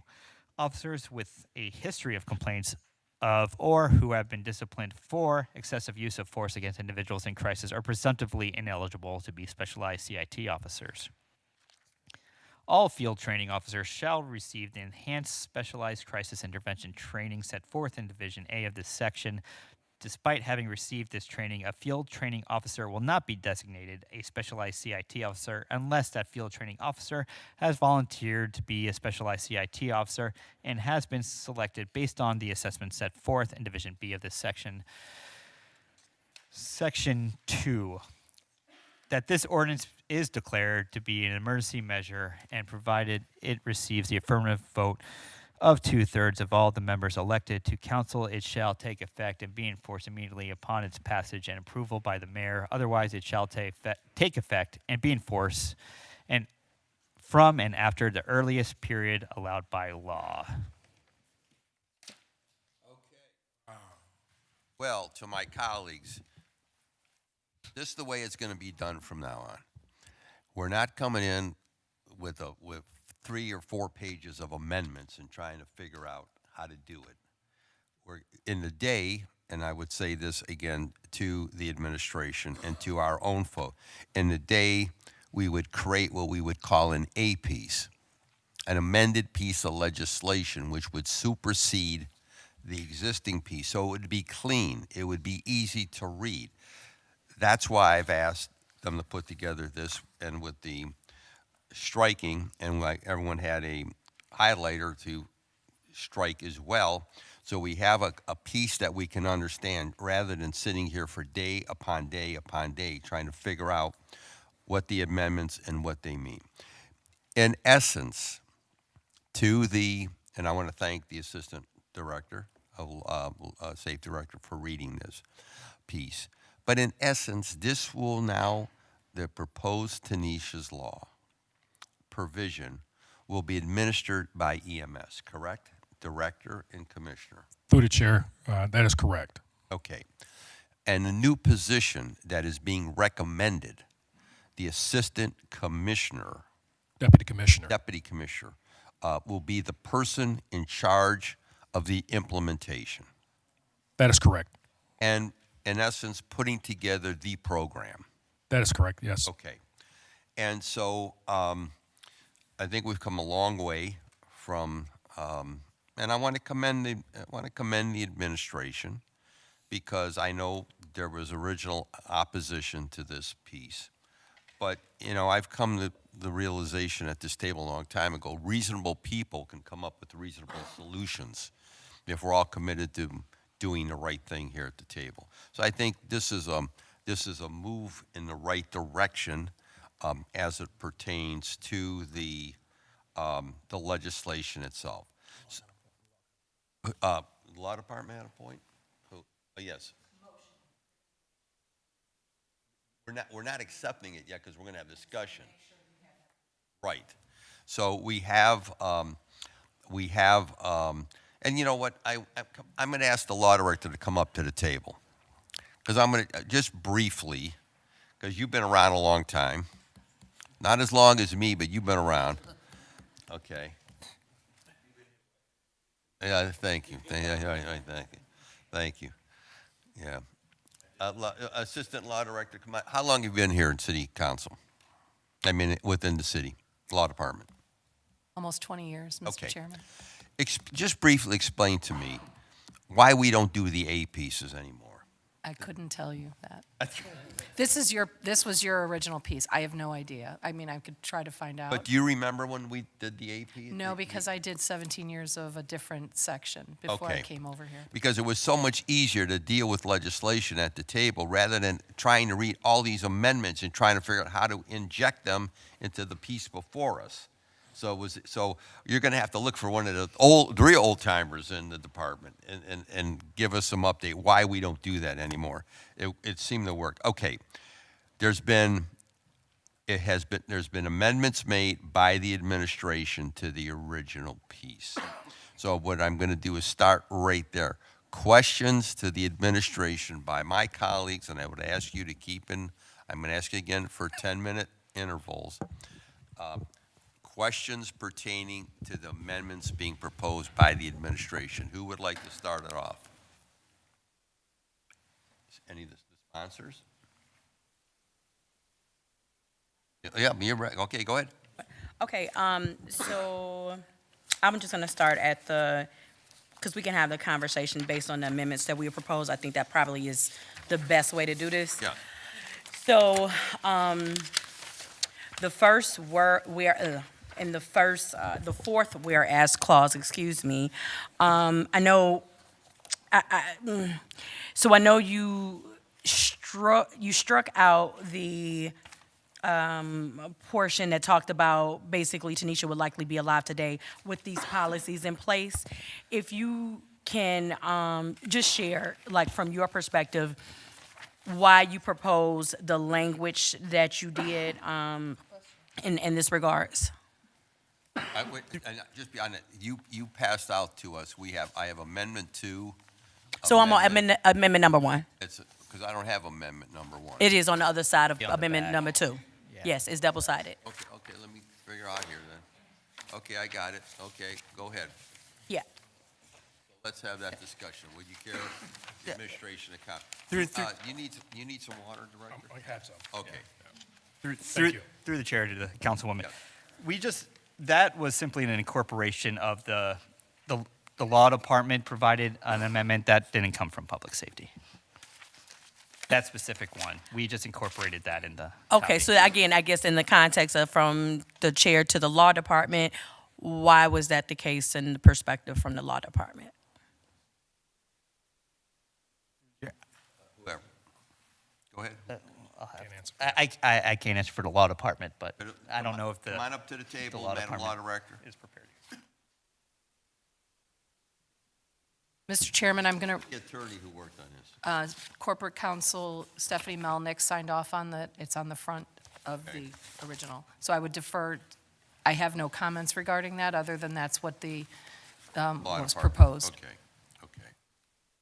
And again, okay, so I'm gonna take a stab at inferring what happened is. Like, is it the belief from the law department, they just didn't want it to explicitly say that Tanisha Anderson, a beloved mother, daughter, sister, niece, and resident of Cleveland, would likely be alive today with these policies in place?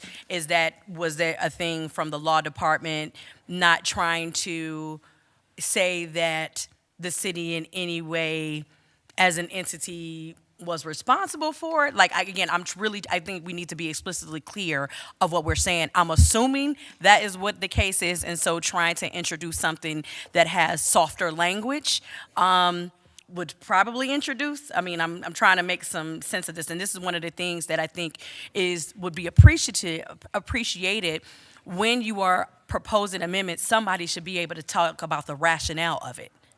Like, that's just a fundamental. And taking the time to actually go through committee members so people know, this is my assumption, so that's what it is. With that in place, I don't know if council members had a preference one way or the other. I mean, from the initial onside of the legislation, it came from, like I said, Mr. Anderson and the law students from Case Western Reserve with the language. It can be in, it can be not, it cannot. But I will say, if we decide to accept that language, I would, to amend your amendment, would be to add that last sentence outside of a policies and, let me see. Yes, these policies in place to ensure people experiencing a crisis receive compassionate, appropriate care. It would, if we accept that amendment. I mean, are y'all amenable to that? Yes, to the chair, to council member House Jones, we're amenable. That's correct. These are just whereases, so Yes. this is not the meat of the legislation. I know, but again, it's a part of the legislation, so I think we should have a I conversation have about no it. problem with that section, that being proposed. Can the Assistant Law Director, do you understand that? You have a copy of these proposals? Law Director has- Yes, Mr. Chairman, Madam Councilwoman House Jones provided So that to me let's- as well. okay, Yes, so- thank you. So we're on the front page, under the whereases. So how are you suggesting it read? I want you, councilperson. Whereas the city wishes to honor Tanisha Anderson, a beloved mother, daughter, sister, niece, and resident of Cleveland. That's the part of Cleveland. By putting in place, Section 4, Cleveland. By putting in place these policies to ensure people experiencing a crisis receive compassionate, appropriate care. Okay, is there anybody opposed to that? I'm not opposed, Mr. Chairman, but, I would like to, I don't see why, because it is a whereas clause, why there's such a stick-up on would likely be alive today with these, because that's the essence of, the reason why we're here is because, I understand that. well, yeah, I get it, but, as a member of this council, I understand certain people trying to edit certain things, but the reason why we're here is that there's a problem, and we're here to try to resolve that problem. Okay. If there was a situation where we had this in place, then we would have had a response from the emergency care team, and she would be alive. But we have no guarantee of that. There's the issue. We have no guarantee of that. So rather than get hung up on a whereas, we've got some other serious parts of this legislation we need to deal with. So I have no opposition, Mr. Okay, Chairman. thank you. And this is the thing, and that's why I wanted people to have a conversation. Would council members prefer one way or the other to keep the section that says would likely be alive today with these, that's not it. You've made a, With these policies, you made an amendment. You've submitted to us. I've asked members of the body, as it's been presented, is anyone opposed to it? The only one that raised the question was Councilman Jones. The Yes. administration's in support of it. Let's move on. again, Is Joe. there any, if Madam I Chair- have to take a vote on every one of these, we'll be here all day. Mr. Chairman, that's why we're here. We're Okay. here to handle the problems of the city of Cleveland, and this is an issue, and that's why we're Okay, sitting there's at the been a- table. And I've tied my time to be here, so I'm going to be here if Okay. it takes 9 o'clock at night or the Okay. next day. Okay? So there's been, Committed to my job. there's been a motion, there's been amendment before us, has been read. Is there, who's in favor of the motion? Call it. On this is amendment number 1, for whereas clause. Yes. Yes. And part of it, can she say it again? You have it in front of you. Had a man shot 6 times in his head, Okay. so I'm here to take care of the business. Okay, go ahead. Madam. Okay. I'm in support as it's been presented to us, yes. Passionate and appropriate care. Listen up, listen up. But I never made, I just was asking them for that. We have a motion, Didn't it's put a been second. presented to us. So we're accepting what the. This section, Amendment Wanna 1, keep it- I didn't- fourth whereas. Yeah, so from this standpoint, we are actually accepting what the safety director is putting into motion as far as their fourth what amendment we rear gotta clause, go or are we through. talking No. about the We motion? gotta go By- through the by- whole she's- thing. she's- in We ha- essence, it's she's- the causes, we gotta go through. Listen up, everybody. There's been, in essence, our colleague has made, submitting an amendment to the legislation that is before us, okay? We're taking this, we're gonna vote on this clause, just number 1, amendment number 1, fourth whereas clause. Yeah, so can I just add a point of clarification? The reason why I separate them in numbers is so that we can take them. The administration has presented their amendments as a unifying. And I'm saying before we take their amendments, let's go through them so that it can all be done collectively together. That's why we're dealing with the first one before us right now that you've submitted. But- So, No. I got a point of clarification, Chairman. yes. So what I'm hearing is from both you as well as Councilwoman House Jones is the administration has came forth with a list of different amendments and recommendations Yes, from their- from their perspective. And then what Councilwoman House Jones said, she made amendments according to what they have presented. And within that, we have not yet to be able to accept their amendments from the safety director, and then before she can put her amendments to reverse it. So are we voting to accept theirs? Or just? They have presented, listen, my brothers and colleagues. They have submitted their amendments. Councilwoman House has just submitted a change to their amendments. They just said they are in agreement. But she But no, it's formally not. really didn't make the, Okay. then So this is make what I'm trying to the- say, but some of this, make it wasn't, the motion, they were having a discussion, that's what I was saying. we're having a discussion. make the motion on this first amendment. But some of this stuff is back to what it was originally before. That's what I'm trying to say. Some of the things that But these, it is not. it This is. not what you're proposing here in this amendment that you just presented to us. No, but it, She was at, so I this think is what she I'm was trying to having a explain to you. If you look at the men, this is going back to the original point with the underlining portion. That's what I'm trying, it's a conversation. And so the idea is to be able to go through all of these so we can just do it all at one time. We're just trying to get, I was trying to do one at a time so we could understand what we're doing. I rather than know, go but all that's- for 8 of them. correct. I was asking a question, and everybody just cut me off with it. Gave me the paper. Wait a minute, Chair. wait, you had a, because we're not going to do points right now, minute. I'm not doing There's- the point. Okay, I had the floor, and everybody Okay. just took it away from me. okay, Councilman, excuse me. This Go ahead. compassionate and appropriate care is open to me. Someone could say compassionate is it they give you a cup of water or something like that. Passionate or appropriate meaning what? This is open to me, through the chair, and I'm not being You're posing as the- mean-spirited or anything like that. And you just gave me some paper from over here. The question was, I want to finish, is what is compassionate to you or appropriate, if we could spell that out or whatever the case may be. You're proposing that question is to the sponsor. Right. Yes. That's all I wanted. To the sponsor, care to respond to Councilman Conwell? I want to finish my question. Through the chair to the councilman, again, the idea of compassionate, we can look at the definition of compassionate and appropriate, and if you want that to be incorporated in the legislation, we can define it because we do have a list of definition. But compassionate could be in a way us, and you know what I'm talking about us? Somebody can say, well, separate but equal. Or I give you a cup of water, that's compassionate. So compassionate, for me, I just want to know, what is, it's open. So you want a definition, Some service is something I'm being compassionate to give you? again, Compassionate through the, But let him finish. okay. compassionate meaning. Your idea of compassionate might be different than mine.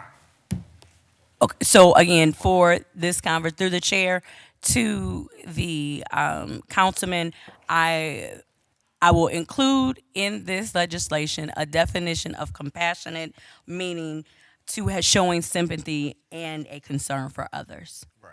That's the definition of compassionate, and that's what it would be. With you, but it's so open, council. But I hear, but I'm telling you, so in the next section, we have a section of definitions. I will add to this definitions for compassionate and appropriate care with the actual definitions. Are you okay with that? I'm cool beans with that. Okay, all right, thank you. Thank you. Thank you. Mr. President, you had a question? Just want to make sure I'm clarifying. Are you still going to do each one, and is this a discussion on the first one amendment, or are you going to do the entirety as a I Councilman was House? going to go by each amendment so we could All right. understand where it's So injected into that's the the piece. that's the chair's prerogative. Right. So I'll follow that prerogative. So on that first whereas clause, I want to pose this as much of a question as much as also to follow up on what Councilwoman House Jones said. Sit up, everyone. When I look at would likely be alive with these, would likely be alive, one of the things that I really want to ask is I want to ask this the right way. To the law people, to the law department people, has this case already been settled? So this case has this case already been settled, do we know? Mr. Chairman and Council President, I do not have that specific answer, but I do have an answer regarding this. I did inquire, and I received an answer, and it reads as a statement of fact, hence the reason it was struck. And that's one of the things that we have to be cautious about as a body, because we don't want to pass legislation that actually enables a potential action against the city. So those are things that we need to be considerate about when we think about legislative. I do think that the intent of what the councilwoman is trying to do needs to be captured. I happen to be there the night that this horrible incident happened and talk with the family. So I understand a lot of the facts around the case, but I also want to make sure legally that we do not either undercut a lawsuit that has already been settled or potentially open the city up for action with language and legislation that we have to be cautious about. So I just hope that we keep that in consideration as we look at this legislation. Okay. Yes, Mr. Jones. Mr. Chairman. Listen up, he has a point of clarification. Mr. Chairman, the whole purpose and point, and I know most of us already know this, is that, and the cause have been, and we see this constantly, unfortunately, all across the country, where there is extreme uses of force. And the city of Cleveland has had its fair share of that, and is one of the reasons why we are still under federal control. And I just, you have to tell it like it is. If it's black, it's white, it's black, it's white. There's no gray area here. If we would have had, Mr. Chairman, prevention programs in place and response teams in place where we know that there's a mental situation going on, then we have our systems kick in and deal with those issues versus using extreme force. And so while I'm here today, what was the issue, because this is a whereas clause, it's just stating what the issue is. And maybe the verbiage could be changed if the council or if the administration deems that, it puts them at a financial disadvantage. That's one thing, but we should call a spade for a spade. And so I'm not here to mince my words moving forward. And so I would ask, Mr. Chairman, that, I'm not opposed to how the current amendment is written as it is. Whatever the table and the chair wants to do, I won't be opposed to it, but I'm not sitting here to sugarcoat anything. Thank you. Okay, let's get back to some, because we're still on the whereases. Yes. There's been, the administration made an amendment. Councilwoman House Jones has made a counter amendment. The administration has said at the table they have no problem with the counter amendment, correct? That is correct, to the chair. So with one of my colleagues making a motion to accept Councilwoman Jones's amendment. Thank you. Before we do this, though, but I'm no chair. I'm asking, can we just go through all of them, because we haven't even accepted their amendment? So you can't amend an amendment that actually isn't there. That's the reason why we just need to talk about them. Trying to do this in a way that everybody understands what we're doing here at the table. They came in with an amendment piece at my request. They read it. It is before us. You're making now counter amendments to that. I was just trying to take it one step at a time so we can understand what we're doing, and then we're going to vote on the amendments. Right. But that's what I'm saying. But you could do it collectively. If we all say agree to it, then it's already a part of their amendment. That's what I'm trying to say. Madam Law Director, I want some clarification. I'm trying to do this so not only do we understand it, but the public who is watching this understands it as well. So, Mr. Chair, your choice is if you're going to make a motion on the original and then amend all of those. You have yet to make an amendment, you have yet to make a motion on the That's original. exactly. I So wanted to do it all at once. then don't take motions individually on this, each amendment 1 through 8 of the amended piece, because you haven't yet motioned this So amended what do you piece. suggest we do? Motion to accept the piece? If you are going to do one motion at the end, just go each 1 through 8 and then do one motion at the end. That's what I wanted to do. Okay, then don't motion individually these 1 Okay, through well, 8. we'll do them all together then. Okay. Thank you. So there's been a motion, so there's been a motion made on amendment number 1, fourth whereas clause. You have no objection to that, correct? Chair, that's correct. Okay, we're going to move on to number 2. Okay. Number 2 is just basically, this would create a section 135.333, definitions.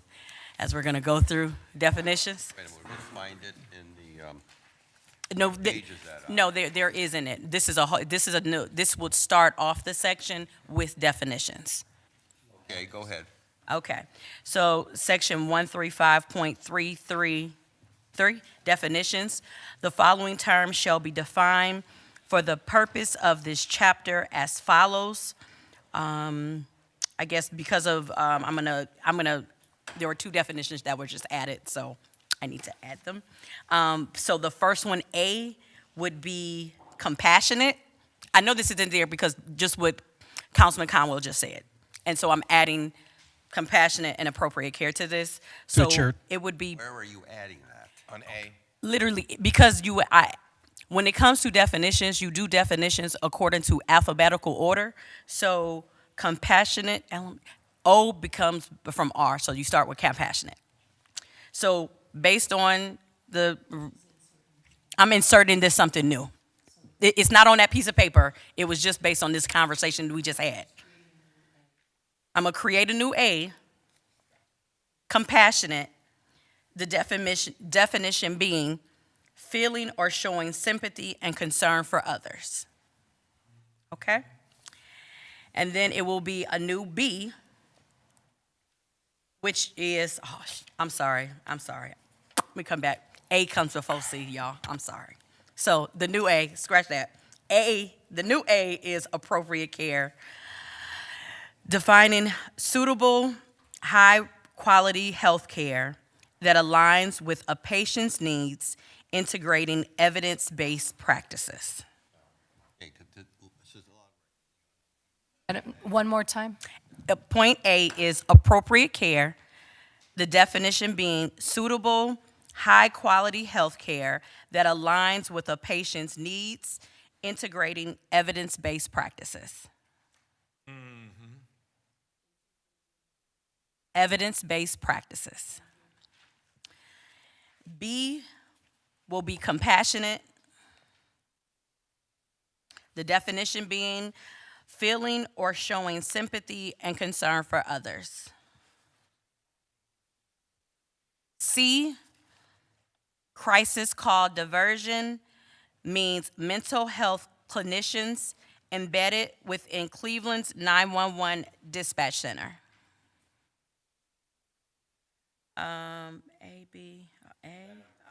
A, B, C. D, unarmed crisis responders means social workers, behavioral health professionals, trained professionals with lived crisis experience, and/or other professionals outside of police. E, unarmed crisis response team means unarmed teams dispatched as first responders to nonviolent behavioral health and quality of life calls for service.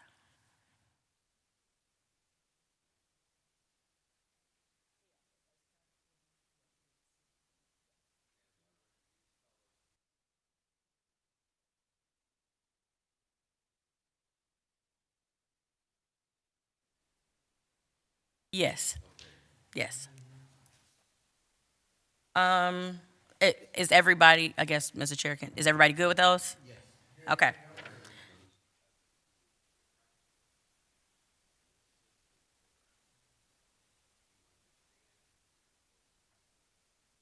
the chair,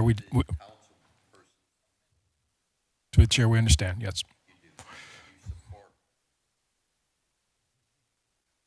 Through the chair, yes. Okay, thank you.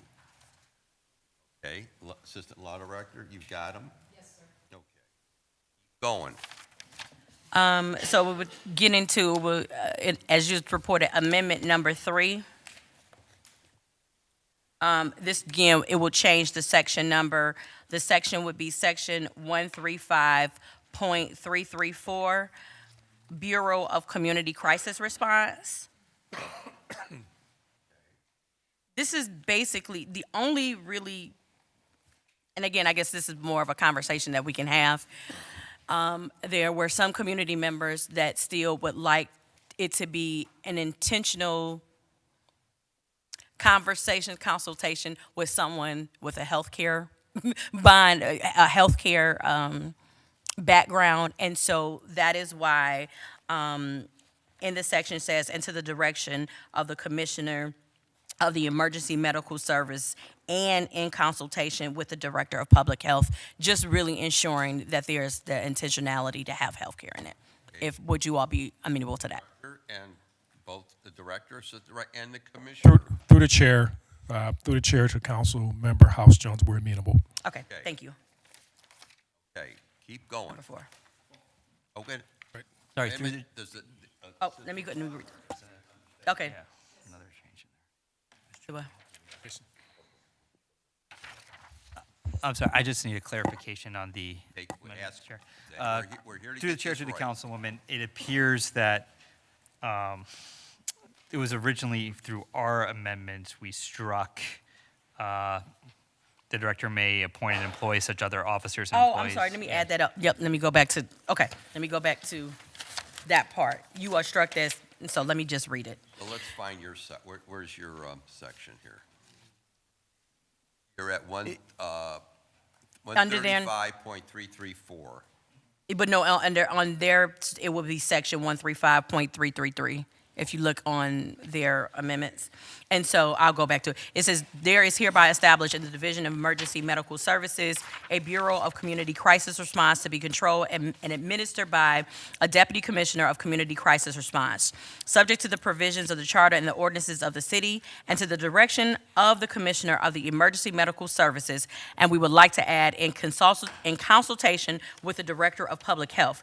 Now, they have removed about the hiring of employees, and so we would like to go back to the original intent that the Deputy Commissioner may employ such employees as may be necessary for the operation of the office and activities of the department, because we want to ensure that non-armed community responders are actually hired somewhere. And so that is the reason why, if you do not explicitly state it, then it is not a guarantee that they actually are going to be hired.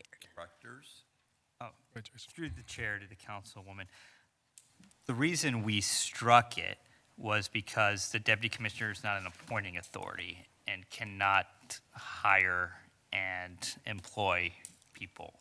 The deputy commissioner can with the consent of the director of public safety. So it's a legal. And that's correct. He cannot.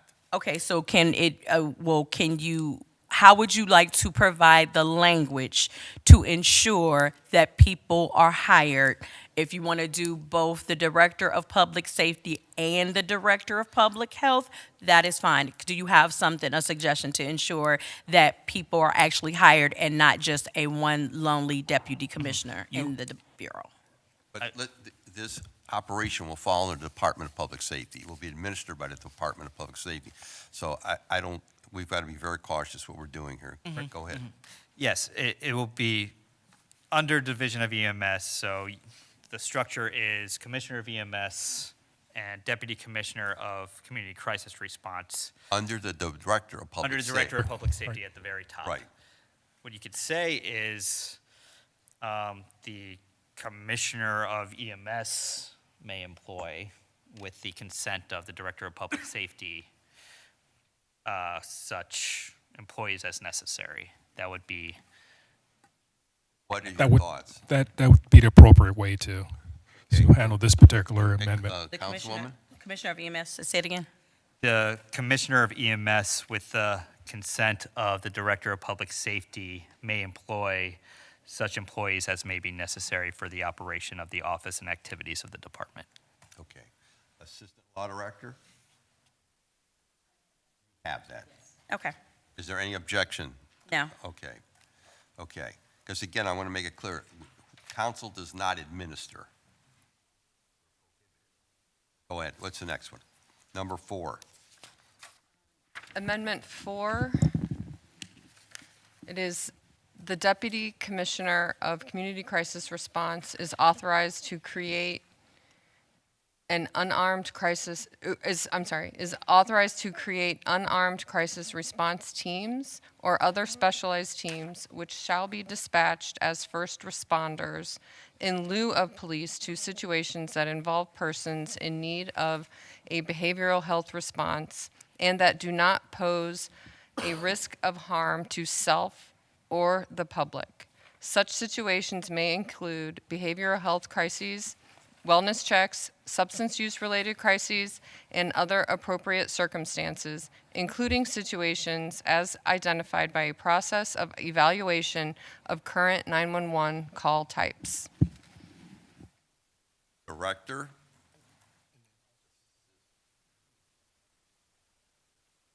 And I just wanted to clarify that the reason for this amendment is to ensure that this process is through the 911 system and not through some other, late or yet to be identified The system. administration is proposed to be through 911. But we want to make sure that that is explicitly spelled out in the legislation. Director, Assistant Director, Commissioner of EMS, Law Director. Take your time. Through the chair to the councilwoman, I would just note the original reason it was struck because the language didn't use including situations as identified, which we thought was too restrictive. So the including situations makes sense. I see the intent as dispatch as first responders, as you articulated that you wanted dispatch similar to EMS, dispatch through our dispatch system at the Bureau of Communications. I don't believe we have any objections. We're amenable. So then, does Assistant Law Director, do you understand how it reads now? Yes, that's going to substitute A for the renumbered 135.335. Yes. Okay, let's move on. Number 5.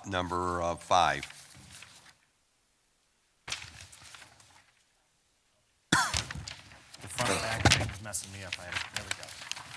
All right.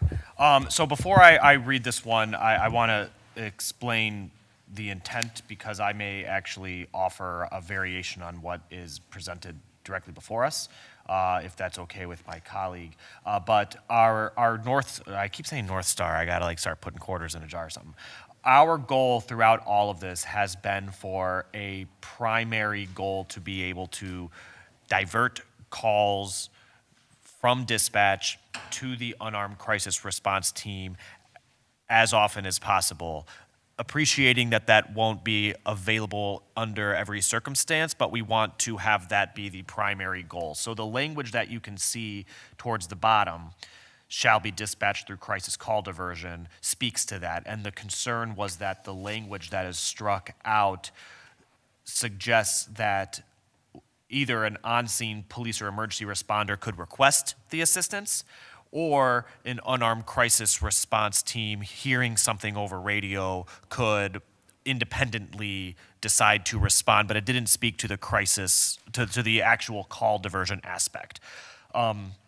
So I think in lieu of this as stated on the page, what I would suggest is having it read, an unarmed crisis response team, then jumping to the new language, shall be dispatched through crisis call diversion, offering alternatives to policing in the criminal legal system while responding to nonviolent behavioral health and quality of life calls for service, and then going back and saying, and may be dispatched when on-scene police or other emergency responders request assistance involving a person in need of crisis intervention or whose contact with police personnel is civil in nature. An unarmed crisis response team may also request to independently respond directly to such situations after listening to a specific call and becoming aware of any call for service over the police radio that would benefit from the services provided by an unarmed crisis response team. Wow, okay? Yeah. So I get, yeah. So You know, you guys, you're making amendments yeah, to your own yeah. amendment. All right, I right. mean, No. Well, so the intent is that there is the primary goal is the use of the dispatch. Yes. However, if dispatch were not to utilize the unarmed crisis response team, but it became clear at some point down the road, police would not feel that they did not have the authority to call them in. Okay. So, Assistant Law Director, did you get that? My question through the chair to Councilman Slife is, are you incorporating the administration's proposed striking language? Because when you read it just now, I understood where you went. You started at the top, jumped to your bottom, then went back to their top. But you read the struck language included. So are you proposing to not have their struck language? I am proposing to retain their struck language. I do think that there's a couple cleanups that has to like a little redundant, like towards, it says unarmed crisis response team twice, that was a little typo. But to incorporate the new language prior to what is showing as struck on this page. That's what I understood it to be. That's what I wanted Okay, to now- make sure. Thank you. To the director and to the assistant director and to the commissioner of EMS, take your time and let us know what your thoughts are. And to the president of city council, you should consider dispensing alcohol at these meetings, okay? Because that's where I'm at, okay? Okay, Through the would you chair, care to? Yes. Right. Through the chair to Councilman, well, Councilman Slife will provide the solo cups. Go ahead. I believe. Yes, for that. I have them upstairs. Yeah. So I'm glad the councilman made that change because the original change made it look like it foreclosed the ability for people on the ground to make those calls. I would say that believe that we do not have any objection to that change. I would note that I think what you're trying to accomplish is already accomplished in subsection A about it being dispatched through 911. But we don't have. What I need is clarification is this. The unarmed crisis responder comes to the scene, to the sponsors of the amendments. I want to make sure if they need help, that they are not denied help, if they need from a police officer. Through the chair, to the chair, that if anyone calls for assistance, CPD will respond. Okay, so what I want to make sure in their amendments that is not barred. No, it's not. It is not barred, and it's that's not part barred. of, and that's, I want to make sure that, because these people, these are going, let's be very blunt, at times, they're going to be put in situations where they're going to need backup.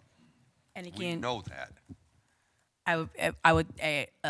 I would know in the legislation as we included definitions when we talked about appropriate care, the integrating evidence-based practices. When you look at unarmed care response, that is a best practice if things are out of your purview to call those who are needed. Okay, so you have no, We are amenable to the Okay. amendment. okay, now wait a minute. Okay, and I want to say I appreciate the Assistant Director of Law who worked with me on this, putting together this clean amendment sheet.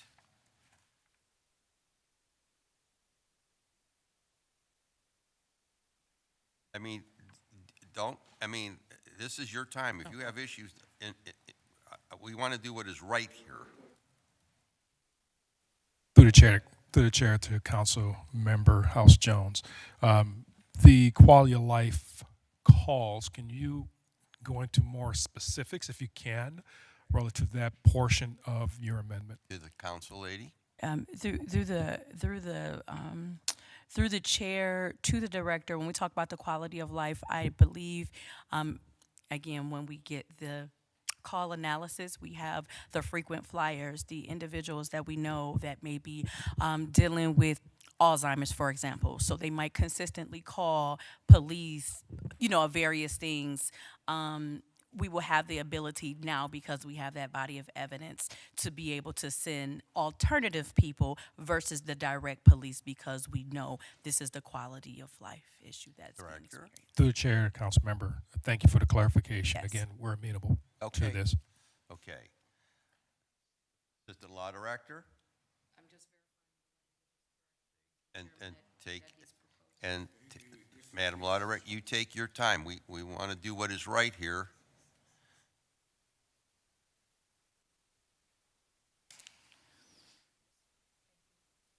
Care to read it then, so we know it?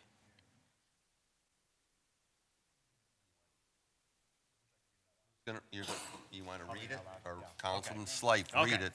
Don't look at the page, just listen to my words. Okay, great. An unarmed crisis response team shall be dispatched through crisis call diversion, offering alternatives to policing in the criminal legal system while responding to nonviolent behavioral health and quality of life calls for service, and may be dispatched when on-scene police or other emergency responders request assistance involving a person in need of crisis intervention or whose contact with police personnel is civil in nature.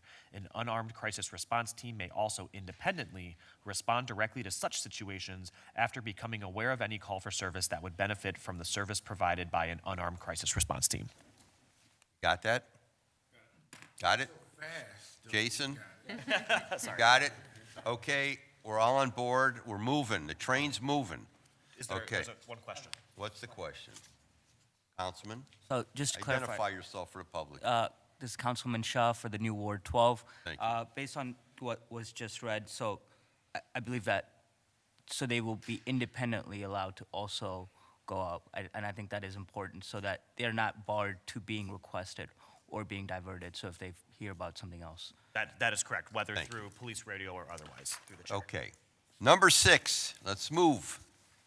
We are still in section 1, the new 135.335, unarmed crisis response teams, point E, and we added, with the advice of the Department of Public Health, the Department of Public Safety, Cleveland City Council, and community stakeholders shall review annually, adopt, and regularly revise, as may be necessary, crisis response guidelines as necessary to ensure consistent responding practices.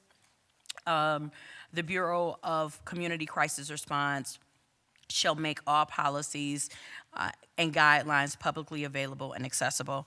And the intent of this was to ensure this work that we have, embodied. We did not do this themselves. This actually was a community-led initiative, and to ensure that it can be that connection that community members had shall continue, and we should explicitly state it. I would, the only suggestion I would make, I would have Department of Public Safety first, because that's what it's under. That's fine. And then the Department of Health. Yep. Okay? You have it, look at section at number 6. I would reverse it with the advice of the Department of Public Safety and the Department of Public Health, because it's under the Safety Department. Are there director and assistant director? And the only, there's no, I'm not going, okay. Yeah. Is there any, Through the chair, Councilman, I think we need clarification on what with the advice of means, as in, if there's going to be a revision to the policies, does it have to go before council? What is the form of is this something that you foresee that is council's involvement?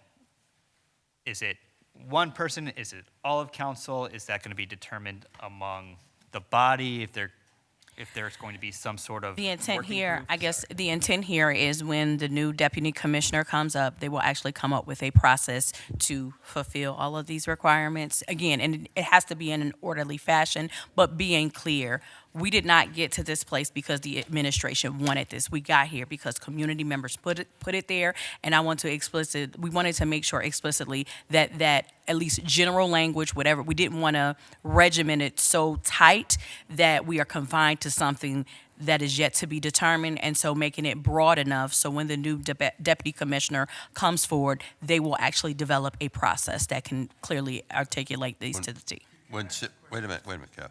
When city council is defined, it's all 15 members. Right. Not one person. Body. All 15, the body. Okay, Councilman Conwell. You know, when I look at it with the advice of the, make sure my microphone is on, Department of Public Health, I'm looking at, you mentioned you're gonna quantify, you're gonna qualify, that tells me numbers. So with the numbers, when you evaluate it, you'll take from the evaluation process and you advise them out. That's a different amendment. Yep, that's the next amendment that Councilman Slife will talk about. Wow, I keep getting ahead. Yes, we're not on that, but that's a different amendment. I keep thinking, but I'm thinking ahead, steps ahead. All Okay. right, thank you. Okay, we're moving forward. We're going on. We're on what, number 7? Okay, but you were, wait a minute. You guys are on board with 6. Yes, Okay. we're amenable. Okay. Okay, number 7. And this speaks, Councilman, to making those data publicly available. So it would read, the Bureau of Community Crisis Response and its city or county partners shall collect data on the effectiveness and return on investment of the unarmed crisis response teams and make such data publicly available. Such data shall include quantitative response metrics that measure outcomes and processes and that serve the purposes of presenting results in the public and improving methodology. Such data to be collected shall also include qualitative data collected during first and follow-up response and through surveys of responders assessing the effectiveness of individual interventions and the overall effectiveness of established teams. This, I think, is likely an example of something being somewhat redundant since everything is subject to public records law. However, I think there's value in underscoring that, and that is the intent of this Okay. language. Director and assistant director, who's an attorney, okay? Thank you, Chair. Through the Chair to the Councilman. The reason to the extent legally permissible is in there is more of an expectation setting of what data is going to be provided, although, as you articulated, that there's public records laws and certain things are exempt.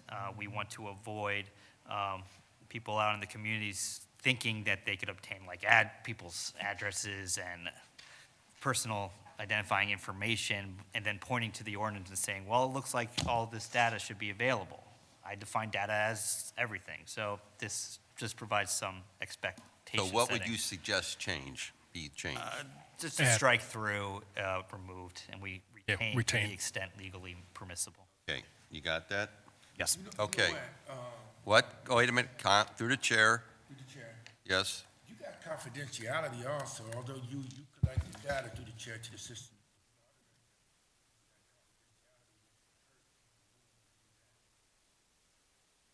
Okay, so, I'm not clear with your question. Assistant law director.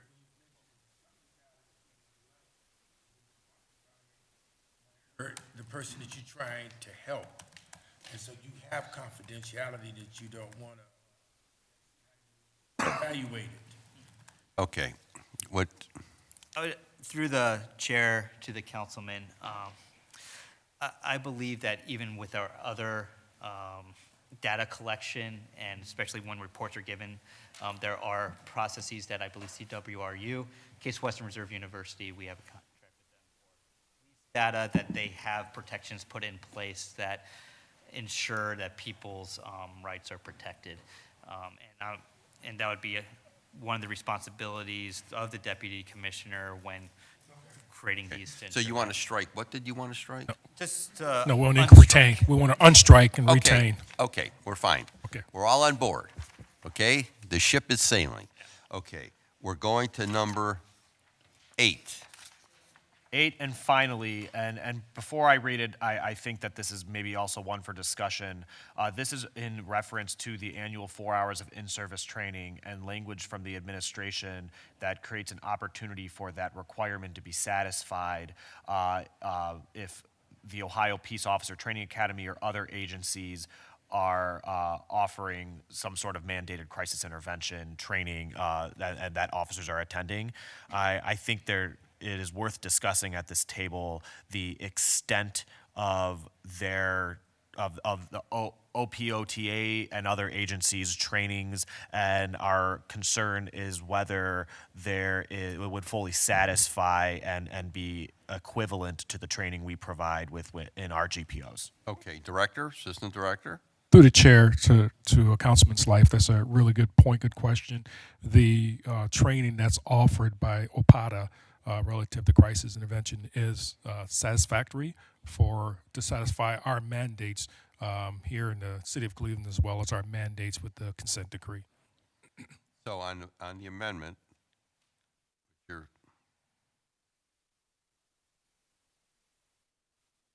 Lieutenant, would you like to add anything further relative to the mandated crisis intervention training? identify yourself, Lieutenant. That's required by our officers in the Division of Police. Yes, sir. To the council, through the chair, Identify yourself, sir. Lieutenant John Mullen, Cleveland Division of Police, Crisis Intervention Team Coordinator.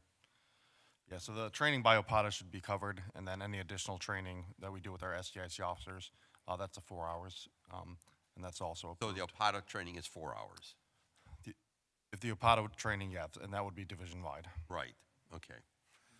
Any comments? You support the amendment, or you want something changed? I think through the chair to the councilman, and please correct me if I'm wrong, Lieutenant or Director, I think there is a concern that there may be some duplication, that now there's an additional 4 hours required by officers if they're taking they already took a 4-hour course, their annual in-service through OPATA, that's equivalent, and now they're expected to take another 4 hours to satisfy the ordinance. Does that make sense? I have to ask to the chair. Yeah, to let's the get this sponsors, is straight, that because we don't want to create Yeah, through the chair to the sponsors, is that the intent? That's why the language was crossed out? I think, through the chair Yes. to the team, the intent is to ensure that the 4 hours crisis training is taken every year by officers. Who it comes by, and I think that's the nature to say, OPATA. I think leaving it very broadly to ensure that it is done, that 4 hours of crisis intervention training Matt, is done. What, Councilman? You know, we're looking at the city of Cleveland, our police force. Right. But we have, Mr. Chair, there's other, like, let's say in University Circle, I'm not picking on them, they have had issues. Is this pertaining to them as well, or is it just us? Just the city of Cleveland. Just the city, but We got again, to sp- due I'm sorry. to due to the councilman, due to the agreements we have in place with the other agencies, University Circle, all of them, they have to adhere to our policies. Right. In the training, that's correct. That's To the chair, that's exactly. correct, yes. Okay, so you're fine with that then? I'm fine with that. Okay. Yeah, I'm good. Okay, Law Director, do you understand? My one question is, are we, in amendment number 8, are we keeping the 4 hours annual in service struck, or is it going to stay unstruck? Go, Through the chair, my recommendation, our recommendation is to include the language. the 4 Yes. hours.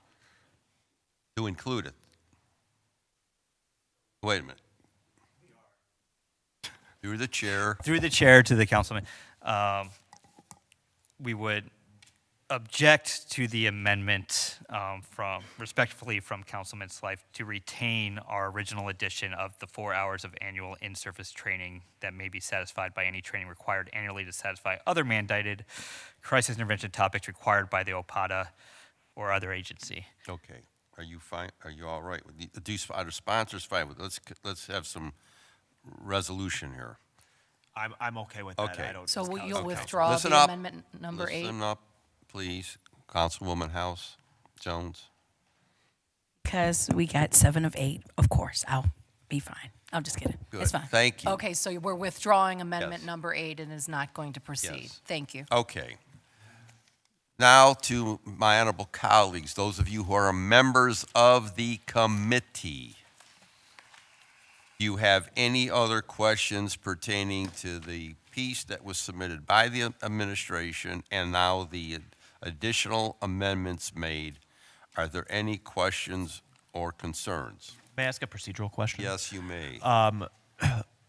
Is the final, I would assume that the final action we'll take today is to recommend passage incorporating the administration amended. which includes the administration's amendments Yes. as well as Yes. the 7 discussed amendments, and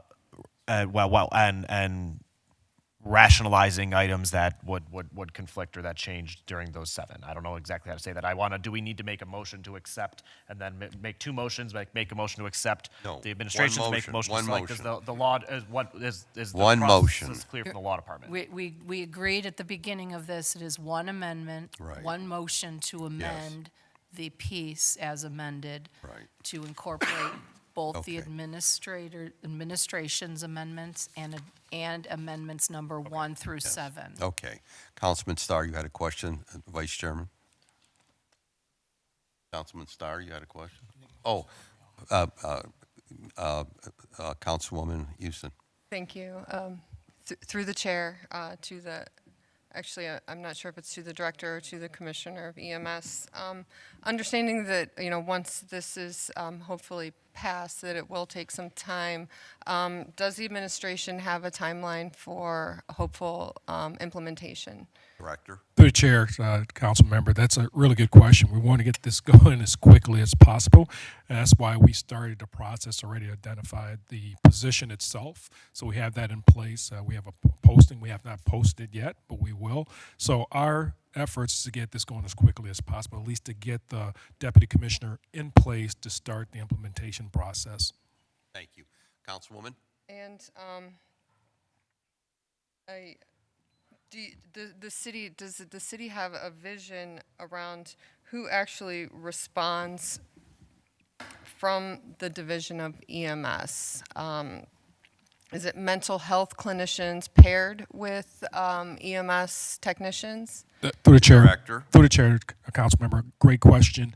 We're going to have, once we get the deputy commissioner in place, we will develop the program itself. Commissioner Orlando Wheeler can speak more specifically about it, but that's part of our process to identify probably a paramedic, EMT, or some type of peer counselor, a peer support counselor, or some type of peer counselor to respond with a paramedic to those in crisis. But Commissioner Wheeler could speak more specifically about that. Okay.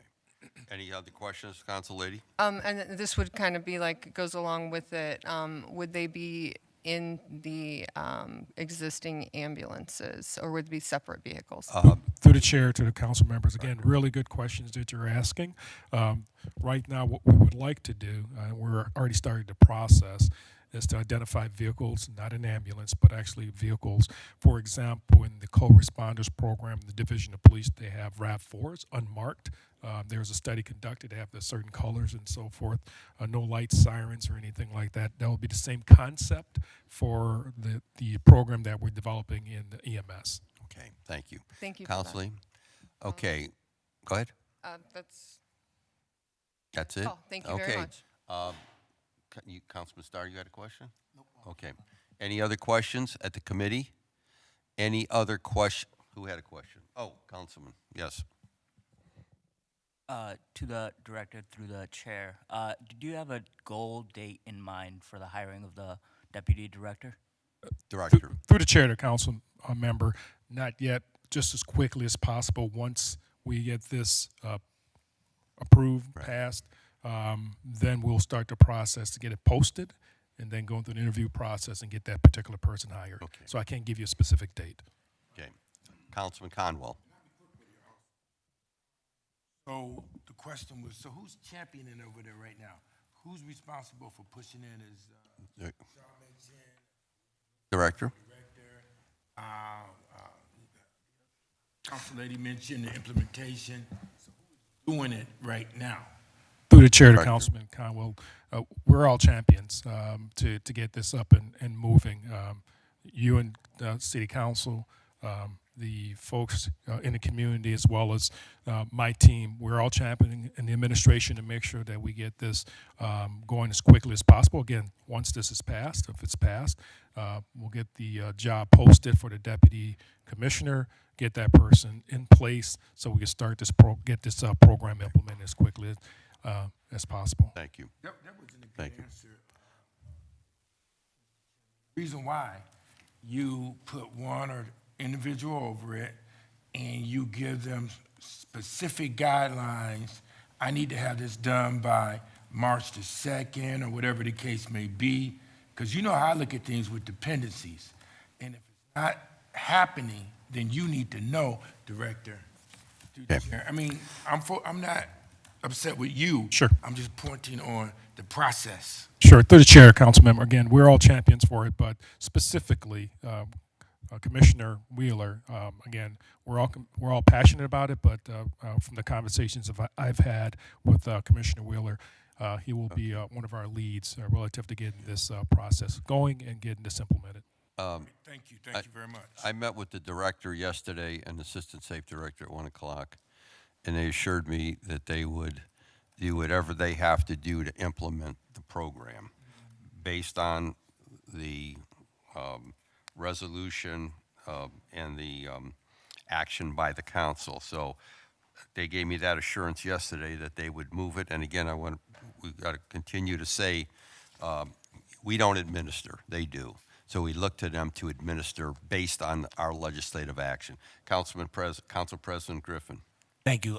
Just through the chair, have you already budgeted for this in submitting your budget, and how much was it budget neutral or was it extra?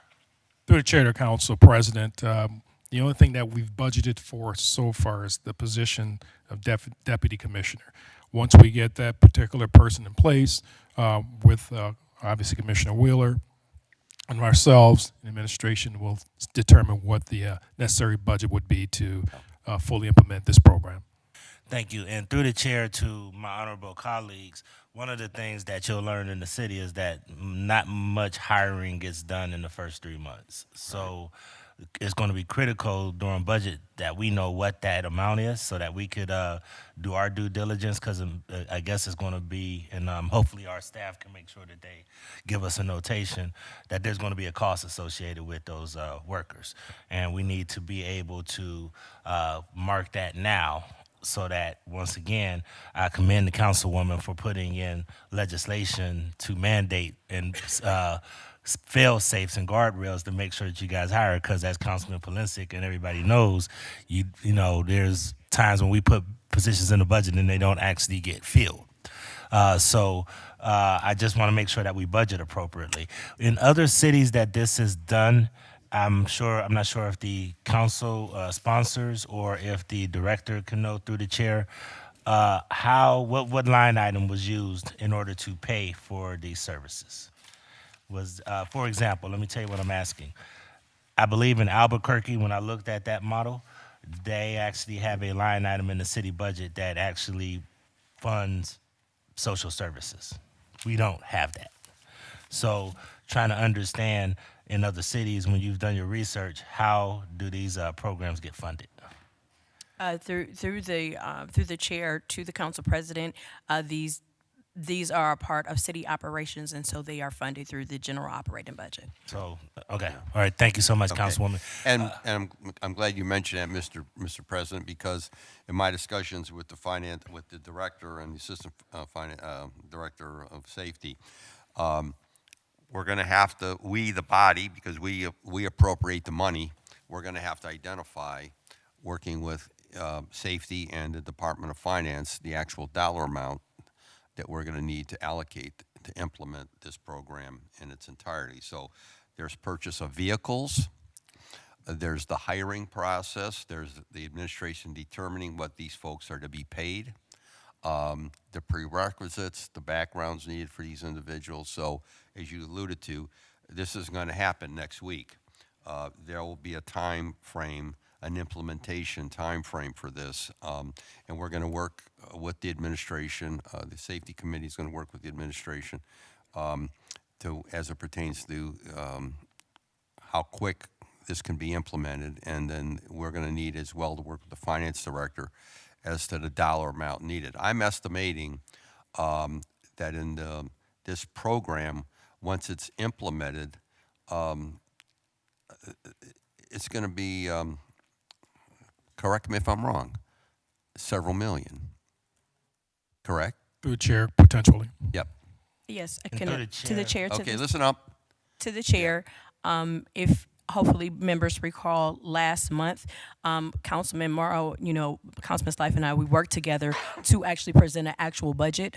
We are not sure if council members actually noted that with the initial investment, what we believe the organizing investment to be, I believe, around 700,000, then going upward from there. So we have actually provided that to members. I will make sure that that gets resent out to people for consideration of finance and others. But again, those things were put out for people to mull on. Thank you. And Okay. if I can. Yes, Mr. just on the floor. Yes, I did see that. I do know that eventually, if this was set up the way that you guys were structuring it, it would have started out with implementation of about 700,000, but it would actually go up to approximately 4 million. And that's why I'm asking the question, because it seems like with some of the revisions that it may not get up to that 4 million, which I'm always good because I like to err on the side of saving. I know it's important that we provide services, but I also know that if we have a $4 million hit on the budget, that money's going to have to come from somewhere. Right. So that's why I want to make sure that we have a clear understanding of what the amount is, especially with these amendments, because the way that it was originally put out to us, that it was going to be stood up as its own department, but now it looks like it's going to be embedded in EMS, which looks like it can potentially not be as much as it originally was going to cost, which is a good thing. Because we actually get to do it and implement it, which I think is necessary to do, but we also don't jeopardize our budgeting around this. So let's keep that in mind if we could. The other thing, last but not least, and I'll close, Mr. Chair, is this going to help our metrics with the consent decree, or is this going to be a potential deficit? One of the areas where we have been performing very well has been in crisis intervention. One of the things that we have received very good recommendations from a public-facing body that gave good medically sound, independent guidance to us as when we first started the consent decree about 7 to 8 years ago, was sound. Are we actually strengthening that component by codifying this, or are we basically hitting the reset button? Can I Director, respond? Commissioner, If I can respond. House. Thank you. Through the chair to the council president, back in January of 2025, the Department of Justice actually issued a letter that indicated that what we are doing has no implications on the consent decree, and actually this is in advance and moving beyond what we actually have in the consent decree. Thank you, Councilwoman. Through the chair, and that's what pretty much I was going to say, was that it's going to be no impact relative to the consent decree. And if it's implemented the right way, which we believe it will be, then it would also, I believe, augment what our officers are doing right now with our care, with our counselors. Thank in our you. correspondent And program. thank you. And I'll close by saying, I want to commend the sponsors for really taking the time to do the due diligence to do this. Once again, I was there the evening that this incident took place. I've had to engage that family, and I know that they've had a fight for a long time to really try to make this happen. I do think that this was done responsibly. I want to caution this body that with all of the ambition that we have to put a lot of programs, and I think I watched the hearing earlier as well, we're going to have to really do some maybe caucusing, Mr. Chair, because I think we got to get a philosophy of how we want public safety to look moving forward. And I think that that was the broader discussion that I heard this morning. And I'm glad that we're adding this component. I've seen this component work in places like Boston and everything else like that. But our pot is dwindling. And we do not have $512 million to stand up operations. So when we do put programs in place, I know that the number one thing people say, well, they can always find money for X, Y, Z. That's fine, but I want to understand where the money's coming from, where we're going to cut, and where we and how this is going to make sure that we provide better quality service for our folks. So thank you, and thank you to the sponsors. And Mr. Chairman, Mr. President, you're correct, because every action we take, it's basic physics. Every action is a reaction. And so at the end of the day, we're not going to get any more ARPA funds. We're not going to get bailed out from the good old boys in Columbus, that's for sure. We have to work with what we have. I just want to be assured by the administration, because we talked about it earlier. We want to make sure whatever action we're taking here does not reduce the number of EMS units working in our city. That's critical, that we maintain frontline services for EMS. So we're going to work very closely with the director and his team as pertains to the budget for this operation. We want to maintain quality services. We all know that we're not about, it's not about arresting people with regard to the Division of Police. It's about preventing crime from happening and providing EMS and providing fire service. And we just saw just this last weekend how critical the Division of Fire is with responding to the situation on the west side with, you know, the craziness that took place with people's meters blowing off their houses and et cetera, et cetera. So I want to commend all our first line, our first responders for the job that they do. And so we had a good, healthy debate today. So before I need crisis intervention, I want to get this piece done because I'm on my way there with this. Okay, I don't need to be one of the first persons here being responded to with this program. So that's exactly. So without further ado, Mr. President, you better appreciate what we did today. Okay, ordinance number 1198-2024, as amended, is before us. I would ask at this time. I would ask that my name be added to it. Any other members' names be added to it? Okay, put your hands up so the clerk can see who would like to have their names added to it. Okay, is everybody's name who's wanted to be added to it is on there? Yes, if the entire Councilman Shaw, please. And Councilman Shaw asked to be added. He's not a member of the committee, but he has a right to ask his name be added. Yes. Okay, yeah, okay. So again, it's before us, 1198-2024, as amended with the additional names added. All those in favor, aye. Aye. Opposed? Legislation passed. I commend the sponsors. I commend the administration for the due diligence they did on this piece. Thank you.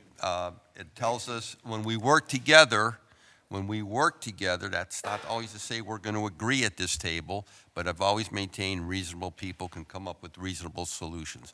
Committee stands adjourned.